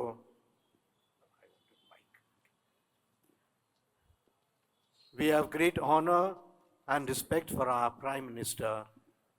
He has met our Father Pope Francis in Rome, and we have seen the beautiful pictures. We have seen the beautiful pictures, how he embraced the Holy Father, and we wish him well. We pray for our Prime Minister. और हमारा prime minister Shri Modi और हमको बताया है सबके साथ सबका विश्वास सबका विकास है. वो सब लोगों में मैं भी है तुम भी है. We cannot make a distinction of the people. We are all citizens of this country. We are proud to be citizens of this country. And many a time perhaps we as Christians, as Dr. Balgami said today, we ask for not for favors. ನಾವು ಸರ್ಕಾರದಿಂದ ಉಪಕಾರ ಕೇಳೋದಿಲ್ಲ, ನಿಮ್ಮ ಉಪಕಾರ ನಮ್ಗೆ ಬೇಡ, ಆದರೆ ನಮಗೆ ಸಂವಿಧಾನದ ಪ್ರಕಾರ ಇದ್ದಂಥ ಹಕ್ಕನ್ನು ನಮ್ಗೆ ಕೊಡಬೇಕು ಅಂದ್ಕೊಂಡು ನಾವು ಕೇಳುವುದಷ್ಟೇ. Give us the rights that are ours. As minority, ನಾವು ಅಲ್ಪಸಂಖ್ಯಾತರು ಕೂಡ ಯಾವುದೇ ರೀತಿಯಲ್ಲಿ ನಾವು ಅಲ್ಪಸಂಖ್ಯಾತರಲ್ಲ, ನಾವು ಬಹುಸಂಖ್ಯಾತರಕ್ಕೆ ದೊಡ್ಡ ಉಪಕಾರ ಮಾಡ್ತಾ ಇದ್ದೇವೆ.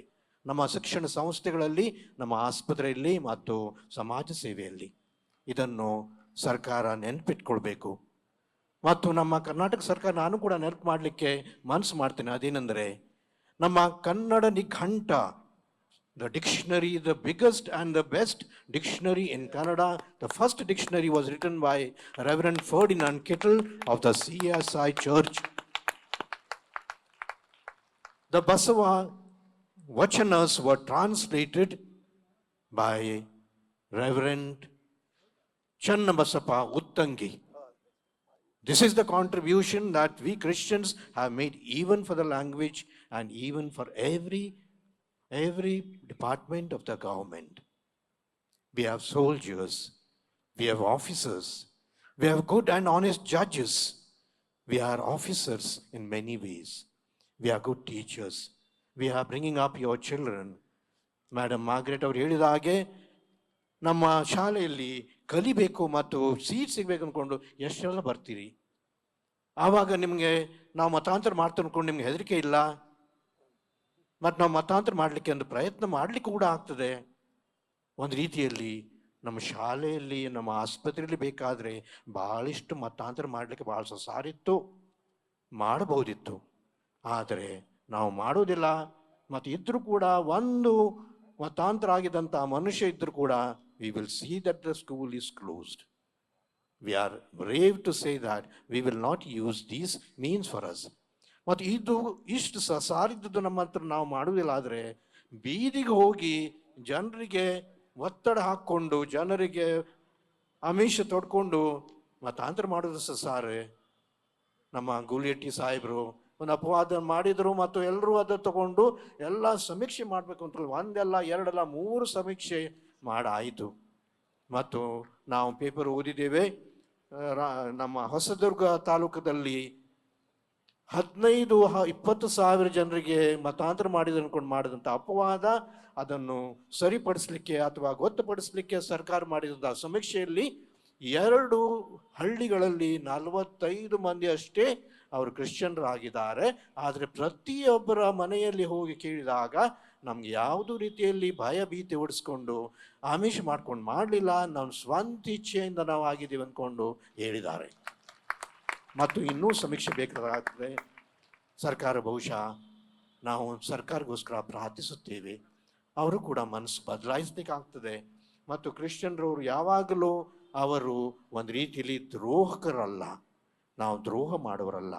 ನಮ್ಮಲ್ಲಿ ನಮ್ಮ ಚರ್ಚ್ನಲ್ಲಿ ನೀವು ಬಂದ್ಕೊಂಡು ಅದು ಅಧಿಕೃತ ನೋಡ್ಕೊಂಡು ಅಗತ್ಯ ಇಲ್ಲ. ಯಾಕಂದರೆ ಅಲ್ಲಿ ಬಾಂಬ್ ಇಟ್ಕೊಳ್ಳೋದಿಲ್ಲ, ಅಲ್ಲಿ ಮಾದಕ ವಸ್ತುಗಳು ನಾವು ಇಟ್ಕೊಳ್ಳೋದಿಲ್ಲ. ಆದರೆ ನಿಮಗೋಸ್ಕರ ಸಮಸ್ತ ಜನರಿಗೋಸ್ಕರ ನಾವು ಪ್ರಾರ್ಥಿಸುತ್ತೇವೆ. ಅಷ್ಟೇ ಅಲ್ಲದೆ ಇವತ್ತಿನ ದಿವಸ ನಾವು ವಿಶೇಷವಾಗಿ ನಾವು ನಮ್ಮ ಕ್ರೈಸ್ತ ಬಾಂಧವರಿಗೆ ಕೂಡ ನಾವು ಹೇಳುವುದು, ನಾವು ಕೂಡ ಒಕ್ಕಟ್ಟಿಂದ ಇರಬೇಕು.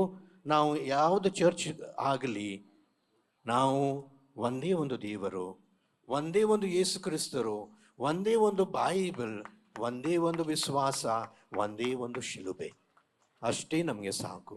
ನಾವೆಲ್ಲರೂ ಬೇರೆ ಬೇರೆ ಚರ್ಚಿನ ಆದರೂ ಕೂಡ ಒಟ್ಟಾಗಿ ನಾವು ಜೊತೆ ಇದ್ಕೊಂಡು ನಾವು ಮಾಡಲಿಕ್ಕಾಗ್ತದೆ.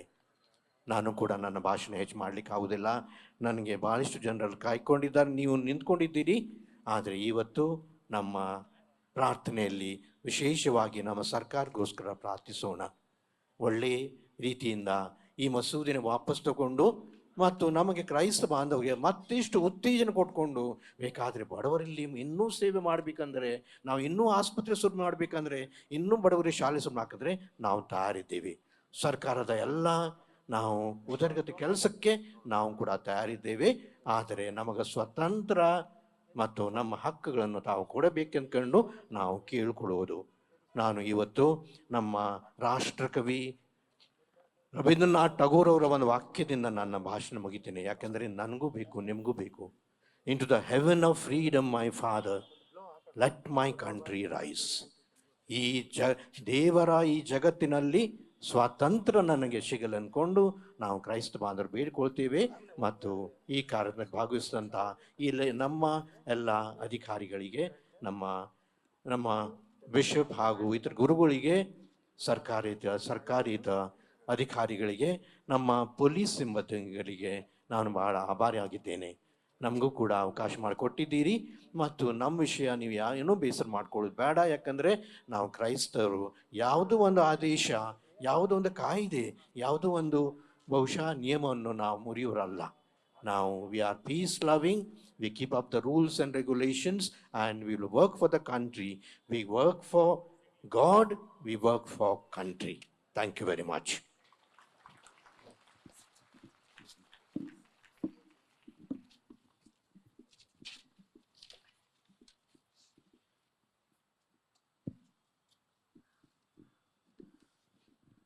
Can we put our hands together for the Archbishop, His Grace? I think he has been clear. All the speakers have been clear about what we have come for. I will call upon Pastor Bhaskar Sadanand now to give the vote of thanks. Please don't go. 2 minutes, we are going to do something special and then we will come to a close. ದೇವರ ಪರಿಶುದ್ಧ ನಾಮಕ್ಕೆ ಸ್ತೋತ್ರ ಉಂಟಾಗಲಿ. ಕರ್ತನ ಸನ್ನಿಧಿಯಲ್ಲಿ ಒಂದವನಪ್ಪಣೆ ಸುವರ್ಣ ಅವಕಾಶಕ್ಕೆ ನನ್ನ ಹೃದಯ ಅಂತರಾಳದಿಂದ All Karnataka United Christian Forum for Human Rights ಪರವಾಗಿ ಕೃತಜ್ಞತೆಯನ್ನು ಸಲ್ಲಿಸಿಕೊಳ್ಳುತ್ತೇನೆ. ಮತ್ತು ಈ ಬೃಹತ್ ಕಾರ್ಯಕ್ರಮಕ್ಕೆ ತಾವೆಲ್ಲ ಆಗಮಿಸಿ ಮತ್ತು ಈ ವೇದಿಕೆಯನ್ನು ಅಲಂಕರಿಸಿದ ಗಣ್ಯ ವ್ಯಕ್ತಿಗಳಾದ ಮತ್ತು ದೇವರಿಂದ ಆದುಕೊಂಡ ತಮ್ಮೆಲ್ಲರಿಗೂ ಕೃತಜ್ಞತೆಗಳನ್ನು ಸಲ್ಲಿಸಿಕೊಳ್ಳುತ್ತೇವೆ. ವೇದಿಕೆಯಲ್ಲಿರುವಂಥ ಮುಖ್ಯ ಅತಿಥಿಗಳು, ಘನ ಆರ್ಚ್ ಬಿಷಪ್ ಪೀಚರ್ ಮೆಚಾಡೋ ಅವರಿಗೂ, ಬಿಷಪ್ ಪಿ ಕೆ ಸಾಮೆಲ್ ಅವರಿಗೂ, ಬಿಷಪ್ ಸೆಬಾಸ್ಟಿನ್ ಆದ್ಯಂತರ ಅವರಿಗೂ, ಬ್ಯಾಂಗ್ಳೂರ್ ಪೆಂಟಿಕಾಲ್ ಚೇರ್ಮನ್ ರೆವರೆಂಡ್ ಯಶವಂತ್ ಕುಮಾರ್ ಅವರಿಗೂ, ಬಿಷಪ್ ಮೋರ್ ಮೆಮಟೋರಿಯಂ ಪಾಸ್ಟರ್ ಲೋಕೇಶ್ ಅವರಿಗೂ, ಡಾಕ್ಟರ್ ಬೆಲ್ಗಾಮಿ ಮೊಹಮ್ಮದ್ ಸಾದ್ ಅವರಿಗೂ, ಗಣ ಮಿಸ್ಟರ್ ಮಾರ್ಗ್ರೆಟ್ ಆಳ್ವಾ ಅವರಿಗೂ, ಗಣ ಕೆ ಜೆ ಜಾರ್ಜ್ ಅವರಿಗೂ, ಡಾಕ್ಟರ್ ಸಿ ದ್ವಾರಕನಾಥ್ ಅವರಿಗೂ, ಗಣ ಜೆ ಅಲೆಕ್ಸಾಂಡರ್ ಅವರಿಗೂ, ಮಿಸ್ ವಿನೇಶ ನೇರೋ ಎಮ್ಎಲ್ಎ ಅವರಿಗೂ, ಜೆ ಲೋಬೋ ಅವರಿಗೂ, ಗಣ ಡೇವಿಡ್ ಸೈಮನ್ ಅವರಿಗೂ, ಗಣ ಇವಾನ್ ನಿಗಿಲ್ ಎಕ್ಸ್ ಎಮ್ಎಲ್ಎ ಅವರಿಗೂ, ಇವಾನ್ ಡಿಸೋಸಾ ಎಕ್ಸ್ ಎಮ್ಎಲ್ಎ ಅವರಿಗೂ, ಗಣ ಎಸ್ ಜಯಂತನ್ ಅವರಿಗೂ, ಗಣ ಸಿ ಫ್ರಾನ್ಸಿಸ್ ಅವರಿಗೂ, ಗಣ ರೆವರೆಂಡ್ ಕೊಲಾಕೋ ಅವರಿಗೂ, ಗಣ FTR ಕೊಲಾಕೋ ರಿಟೈರ್ಡ್ IG ಅವರಿಗೂ, ಗಣ ಲುಕೋಸ್ ವೆಲಂತರಿ ಅವರಿಗೂ, ಗಣ ಜೈಜೋ ಜೋಸಫ್ ಅವರಿಗೂ, ಗಣ Wilson Reddy JDS chairman wing press ಅವರಿಗೂ, ಗಣ ಸೆಬಾಸ್ಟಿನ್ ಅಂತೋನಿ ಅವರಿಗೂ, ಗಣ ಜೈಕರ್ ಜೆರೋಮ್ ಅವರಿಗೂ, ಗಣ ಕೆನಡಿ ಶಾಂತ್ ಕುಮಾರ್ ಅವರಿಗೂ, ಗಣ ಪ್ರವೀಣ್ ಪೀಟರ್ ಅವರಿಗೂ, ಮಾತೃವಲ್ಲ ಗಣ ರೆವರೆಂಡ್ ಮಣಿವನ್ ಅವರಿಗೂ, ಗಣ ಪ್ರಶಾಂತ್ ಬಿಗ್ಜೆ TV ಡೈರೆಕ್ಟರ್ ಅವರಿಗೂ, ಮಾತ್ರವಲ್ಲದೆ ಇಲ್ಲಿ ನೆರೆದ ಅಸೆಂಬ್ಲಿ ಆಫ್ ಗಾಡ್ ಸಭಾಪಾಲಕರು ಮಾತೃ ಸಭಿಕರು, ಮಾತ್ರವಲ್ಲ ಬ್ಯಾಪ್ಟಿಸ್ಟ್ ಚರ್ಚ್ ಸಭಿಕರು, ಸಭಾಪಾಲಕರು ಮತ್ತು ಸಭಿಕರು, ಈಸ್ಟರ್ನ್ ಚರ್ಚ್ ಅವರ ಸಭಾಪಾಲಕರು ಸಭಿಕರವರಿಗೂ, ರೋಮನ್ ಕ್ಯಾಥೋಲಿಕ್ ಚರ್ಚ್ ಸಭಾಪಾಲಕರು ಮತ್ತು ಸಭಿಕರಿಗೂ, ಚರ್ಚ್ ಆಫ್ ಸೌತ್ ಇಂಡಿಯಾ ಸಭಾಪಾಲಕರು ಮತ್ತು ಸಭಿಕರಿಗೂ, FCCO ಜಾಕಬೈಟ್ ಸಿರಿಯನ್ ಆರ್ಥೋಡಾಕ್ಸ್ ಚರ್ಚ್ ಸಭಾಪಾಲಕರಿಗೂ ಮತ್ತು ಸಭಿಕರಿಗೂ, ಲೂಥರನ್ ಚರ್ಚ್ ಸಭಾಪಾಲಕರು ಮತ್ತು ಸಭಿಕರಿಗೂ, ಮಲ್ಕನ ಆರ್ಥೋಡಾಕ್ಸ್ ಚರ್ಚ್ ಅವರ ಸಭಾಪಾಲಕರಿಗೂ ಸಭಿಕರಿಗೂ, ಮಾರ್ತೋಮಾ ಸಿರಿಯನ್ ಚರ್ಚ್ ಸಭಾಪಾಲಕರು ಮತ್ತು ಸಭಿಕರಿಗೂ, ಮೆಥೋಡಿಸ್ಟ್ ಚರ್ಚ್ ಸಭಾಪಾಲಕರು ಮತ್ತು ಸಭಿಕರಿಗೂ, ಸೆವೆಂತ್ ಡೇ ಅಡ್ವೆಂಟಿಸ್ಟ್ ಸಭಾಪಾಲಕರಿಗೂ ಮತ್ತು ಸಭಿಕರಿಗೂ, ಮಾತ್ರವಲ್ಲದೆ ಇಲ್ಲಿ ನೆರೆದಿರುವ ಪೊಲೀಸ್ ಅವರ ವೃಂದದವರಿಗೂ, ಮಾತ್ರವಲ್ಲ ಮೀಡಿಯಾ ಅವರಿಗೂ, ತಮ್ಮೆಲ್ಲರಿಗೂ all Karnataka United Christian forum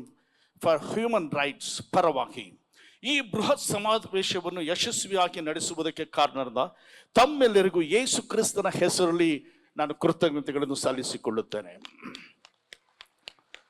ಮತ್ತು ಅದೇ ಪರವಾಗಿ ಬರುವ ದಿನಗಳನ್ನು ಹೀಗೆ ಕ್ರಿಸ್ತನ ಶರೀರದ ಅಂಗಗಳಾಗಿ ಎಲ್ಲ ಸಭೆಗಳು ಸೇರಿ ಭೇದ ಭಾವವನ್ನು ಮರೆತು ಒಗ್ಗಟ್ಟಾಗಿ ಸಭೆಗಳಿಗೆ ವಿರೋಧವಾಗಿ ಎದ್ದೇಳುವ ಹೋರಾಡುವ ಶಕ್ತಿಗಳಿಗೆ ನಾವೆಲ್ಲರೂ ಸಹಕರಿಸಿ ಇದಕ್ಕೋಸ್ಕರವಾಗಿ ದೇವರ ಸನ್ನಿಧಿಯಲ್ಲಿ ನಾವು ಒಗ್ಗಟ್ಟಾಗಿದ್ದು ಈ ಕಾರ್ಯಗಳನ್ನು ಎದುರಿಸಲು ಮಾತ್ರವಲ್ಲ ದೇವರ ಸನ್ನಿಧಿಯಲ್ಲಿ ಸಹಕರಿಸಲು ಕೇಳಿಕೊಳ್ಳುತ್ತಾರೆ. ಮತ್ತೊಮ್ಮೆ ಎಲ್ಲರಿಗೂ ಸಹ ಕೃತಜ್ಞತೆಯನ್ನು ತಿಳಿಸುತ್ತಾ ಈ ನನ್ನ ಕೊನೆಯ ಮಾತುಗಳನ್ನು ವಂದನೆಗಳು ತಿಳಿಸಿಕೊಳ್ಳುತ್ತೇನೆ.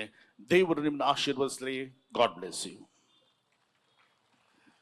ಪ್ರಿಯರೇ, ಈಗ ಸರ್ಕಾರಕ್ಕೆ ಸಲ್ಲಿಸಬೇಕಾದಂಥ ಮೆಮೊರಂಡಮ್ ಅನ್ನ ಸಹೋದರ ಪ್ರವೀಣ್ ಪೀಟರ್ ಅವರು ಮುಂದೆ ಬಂದು ಓದ್ತಾರೆ.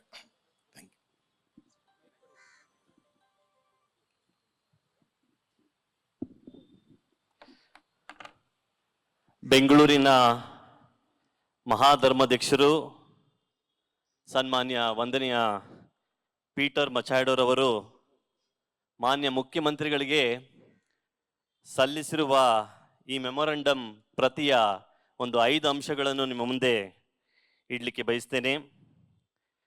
ಕ್ರೈಸ್ತ ಸಮುದಾಯವು ಮತಾಂತರ ನಿಷೇಧ ಕಾಯ್ದೆಯನ್ನು ಒಕ್ಕೊರಳಿನಿಂದ ವಿರೋಧಿಸುವುದು ಏಕೆ ಎನ್ನುವ ಅಂಶಗಳನ್ನ ನಮ್ಮ ಮಹಾಧರ್ಮಾಧ್ಯಕ್ಷರು ಸರ್ಕಾರಕ್ಕೆ ಮೆಮೊರಂಡಮ್ ಮೂಲಕ ಸಲ್ಲಿಸಿದ್ದೇವೆ. ಅಲ್ಪಸಂಖ್ಯಾತರನ್ನು ಗುರಿಯಾಗಿಸುವುದು ಮತಾಂತರ ನಿಷೇಧ ಕಾಯ್ದೆಯ ಉದ್ದೇಶವಾಗಿದೆ. ಅಲ್ಪಸಂಖ್ಯಾತ ಹಾಗೂ ಪ್ರಗತಿಪರ ಸಂಘಟನೆಗಳು ಇದನ್ನು ಒಕ್ಕೊರಳಿಂದ ವಿರೋಧಿಸಬೇಕಾಗುತ್ತದೆ. ಮೊದಲ ಮತಾಂತರ ನಿಷೇಧ ಕಾಯ್ದೆ ಒರಿಸ್ಸಾ ರಾಜ್ಯದಲ್ಲಿ 1967ರಲ್ಲಿ ಜಾರಿಗೆ ಬಂದಿತ್ತು. ಇದರ ನಂತರ ಅಂದರೆ 1970ರಲ್ಲಿ ಕ್ರೈಸ್ತರ ಮೇಲೆ ದಾಳಿ, ಹಲ್ಲೆ ಮತ್ತು ಹಿಂಸೆಗಳು ನಿರಂತರವಾಗಿ ನಡೆಯುತ್ತಾ ಬಂದಿದೆ. ಈ ಹಿಂಸೆ ಕೊನೆಗೆ 2007-8ರಲ್ಲಿ ಕಂದಮಾಲ್ ನರಮೇಧದಲ್ಲಿ ಕೊನೆಗೊಂಡಿದೆ. ಕ್ರೈಸ್ತರು ಈ ನರಮೇಧಕ್ಕೆ ಕಾನೂನು ಸ್ಪಷ್ಟೀಕರಣ ಕೊಟ್ಟಿದ್ದು ದುರಂತ. ಕ್ರೈಸ್ತರ ಮೇಲೆ ಭಾರತದ ಎಲ್ಲ ರಾಜ್ಯಗಳು ಹಾಗೂ ಕೇಂದ್ರಾಡಳಿತ ಪ್ರದೇಶಗಳಲ್ಲಿ ಹಲ್ಲೆ ಮತ್ತು ದಾಳಿಗಳು ನಡೆಯುತ್ತವೆ ಬಂದಿದೆ. ಅದಕ್ಕೆ ಸಾಕಷ್ಟು ದಾಖಲೆಗಳಿವೆ. ಕರ್ನಾಟಕದಲ್ಲಿ ತರಲಿಚ್ಛಿಸಿರುವ ಈ ಕಾನೂನು ಪರಿಸ್ಥಿತಿಯನ್ನು ಮತ್ತಷ್ಟು ಹದಗೆಡಿಸುತ್ತದೆ ಹೊರತು ಇನ್ನು ಯಾವ ಉಪಾಯಕಾರಿಯೂ ಅಲ್ಲ. ಬಲವಂತದ ಮತಾಂತರ ಎಂಬ ವಿಷಯವೇ ಬಹಳ ಉತ್ಪ್ರೇಕ್ಷಿತ ವಿಷಯವಾಗಿದೆ. ನಮ್ಮ ಅನೇಕ ಬಿಜೆಪಿ ನಾಯಕರೇ ಕ್ರೈಸ್ತ ವಿದ್ಯಾಸಂಸ್ಥೆಗಳಲ್ಲಿ ಓದಿದ್ದಾರೆ ಹಾಗೂ ಕ್ರೈಸ್ತ ಆಸ್ಪತ್ರೆಗಳಲ್ಲಿ ಚಿಕಿತ್ಸೆಯನ್ನು ಪಡೆದುಕೊಂಡಿದ್ದಾರೆ. ಇಲ್ಲೆಲ್ಲೂ ಅವರನ್ನು ಮತಾಂತರಗೊಳಿಸುವ ಪ್ರಯತ್ನಗಳು ಎಂದೂ ನಡೆದಿಲ್ಲ, ನಾವು ಮಾಡುವೂ ಇಲ್ಲ. ಇನ್ನು ಬಲವಂತದ ಮತಾಂತರ ಪ್ರಕರಣಗಳ ನಡೆದರೆ ಅವುಗಳ ವಿರುದ್ಧ ಕ್ರಮ ಕೈಗೊಳ್ಳಲು ಈಗಾಗಲೇ ಸಂವಿಧಾನದಲ್ಲಿ ಸಾಕಷ್ಟು ಕಾನೂನುಗಳು ಇದೆ. ಈ ಕುರಿತು ಇನ್ನಿತರ ಯಾವುದೇ ಕಾನೂನು ಅವಶ್ಯಕತೆ ಇಲ್ಲ ಎನ್ನುವುದು ನಮ್ಮ ಧರ್ಮಾಧ್ಯಕ್ಷರ ಒಂದು ಮನವಿ. ಮತಾಂತರ ನಿಷೇಧ ಕಾಯ್ದೆ ಎನ್ನುವುದು ಸಂವಿಧಾನ ಮೂಲ ಆಶಯಗಳ ಉಲ್ಲಂಘನೆಯಾಗಿದೆ. ಸಂವಿಧಾನ ಶಿಲ್ಪಿ ಡಾಕ್ಟರ್ BR ಅಂಬೇಡ್ಕರ್ ಅವರೇ ಯಾವುದೇ ಸರ್ಕಾರಗಳ ಅನುಮತಿ ಪಡೆಯದೆ ಬೌದ್ಧ ಧರ್ಮಕ್ಕೆ ಮತಾಂತರ ಆಗಿರುವುದು ನಮಗೆಲ್ಲರೂ ತಿಳಿದಿರೋ ಸಂಗತಿ. ಮತಾಂತರ ನಿಷೇಧ ಕಾಯ್ದೆ ಸಂವಿಧಾನ ಪದ್ಧತಿ ಜಾತ್ಯತೀತ ತತ್ವಗಳ ವಿರೋಧಿಯಾಗಿದೆ. ಈ ಅಪಾಯಕಾರಿ ಕಾನೂನಿನ ವಿರುದ್ಧ ಎಲ್ಲ ಜಾತ್ಯತೀತ ಪ್ರಗತಿಪರ ಶಕ್ತಿಗಳು ಗಟ್ಟಿಯಾಗಿ ಧ್ವನಿಯನ್ನು ಎತ್ತಬೇಕು. ಕೋಮು ಹಿಂಸೆ ಆರಂಭವಾಗುವ ಮೊದಲೇ ಅದನ್ನು ತಡೆಯುವುದು ನಿಮ್ಮ ಸರ್ಕಾರದ ಜವಾಬ್ದಾರಿಯಾಗಿದೆ. ಈ ಕಾನೂನನ್ನು ಅತ್ಯಂತ ಅವಸರದಿಂದ ಮಂಡಿಸುತ್ತಿರುವುದು ಬಹಳ ಕಳವಳಕಾರಿಯಾಗಿದೆ. ಡಿಸೆಂಬರ್ 13ರಂದು ಸದನದಲ್ಲಿ ಮಂಡಿಸಬೇಕಾದಂಥ ಈ ಮಸೂದೆಯನ್ನು ರಾಜ್ಯ ಬಿಜೆಪಿ ಸರ್ಕಾರ ಈಗಾಗಲೇ ಸಿದ್ಧಪಡಿಸಿರುವುದು ನಮಗೆಲ್ಲ ತಿಳಿದಿದೆ. ಪ್ರಜಾಪ್ರಭುತ್ವದಲ್ಲಿ ಯಾವುದೇ ಮಸೂದೆಯನ್ನು ಸಾರ್ವಜನಿಕ ಸಂವಾದಕ್ಕೆ ಒಳಪಡಿಸದೆ ಹೊರತು ಕಾಯ್ದೆಗಳನ್ನು ಮಾಡಬಾರದು. ಅಂತಿಮವಾಗಿ ಈ ಮಸೂದೆಯನ್ನು ಮಂಡಿಸಲು ಬಿಡಬಾರದು ಎನ್ನುವುದು ನಮ್ಮ ಒಕ್ಕೊರಳಿನ ಒತ್ತಾಯ. ಇಂತಿ ಪರಮ ಪೂಜ್ಯ ಡಾಕ್ಟರ್ ಪೀಟರ್ ಮಚಾಡೋ, ಬೆಂಗಳೂರಿನ ಧರ್ಮಗುರುಗಳು. ನಮಸ್ಕಾರ.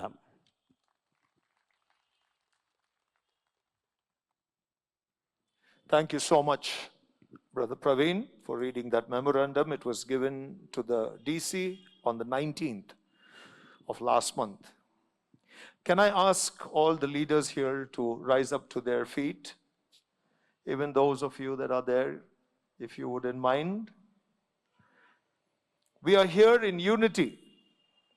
The All Karnataka United Christian Forum for Human Rights have members from the Assemblies of God, the Baptist Church, the Believers Eastern Church, the Roman Catholic Church, the Church of South India, FCCO that consists of the independent churches, Jacobite Syrian Orthodox Church, the Lutheran Church, the Malankara Orthodox Church, the Marthomo Syrian Church, the Methodist Church, the Seventh-day Adventists. We are here to say we are united. All of you at the back of this building, you too can lift up your hands together. Can you all hold hands together? We won't spread the virus, don't worry. I'm sure we are safe over here. Yeah? Can we just lift up our hands together, everybody, as we have a song sung, saying, Lord, bind us together with the cords of love. Bind us together, Lord, bind us together with cords that cannot be broken. Bind us together, Lord, bind us together, Lord, bind us together with love. There is only one God, there is only one King, there is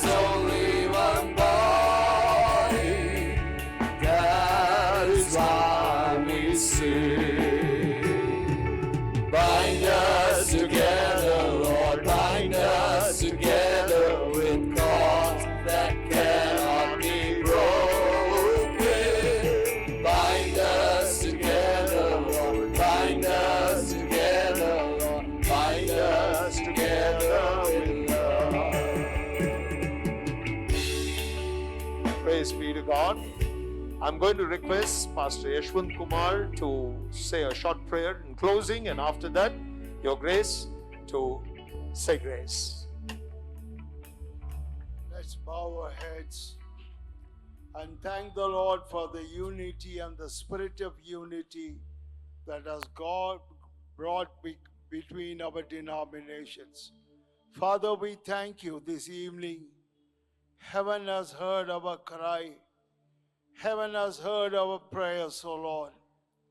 The God who answers prayer, we pray move upon, Lord, the legislation of Karnataka, and Lord, convince by your wisdom through our Chief Minister and to all Home Minister and to all the ministers that they will allow us to continue in our faith and continues to walk in the statutes of Jesus Christ, in service, in love, and Lord, honoring every citizen in India.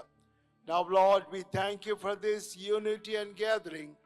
Bless all the denominations and fill them with the power of the Holy Spirit that will excel in love and service and thus glorify your name. Thank you for answering our prayer, Lord. Amen. Everybody say amen.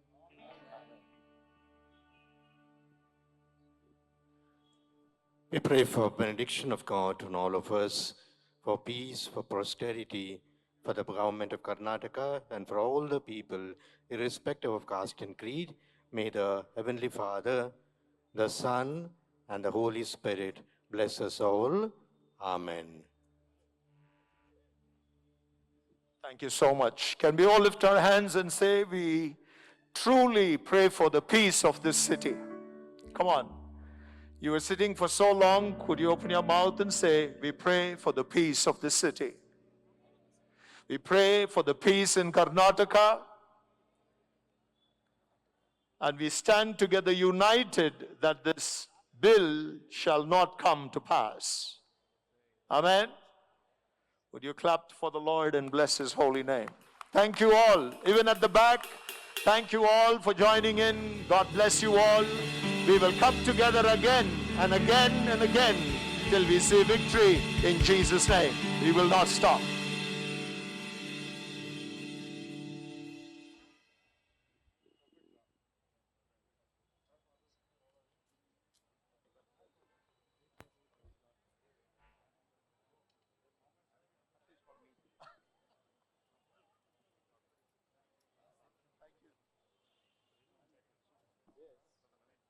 That was not planned, but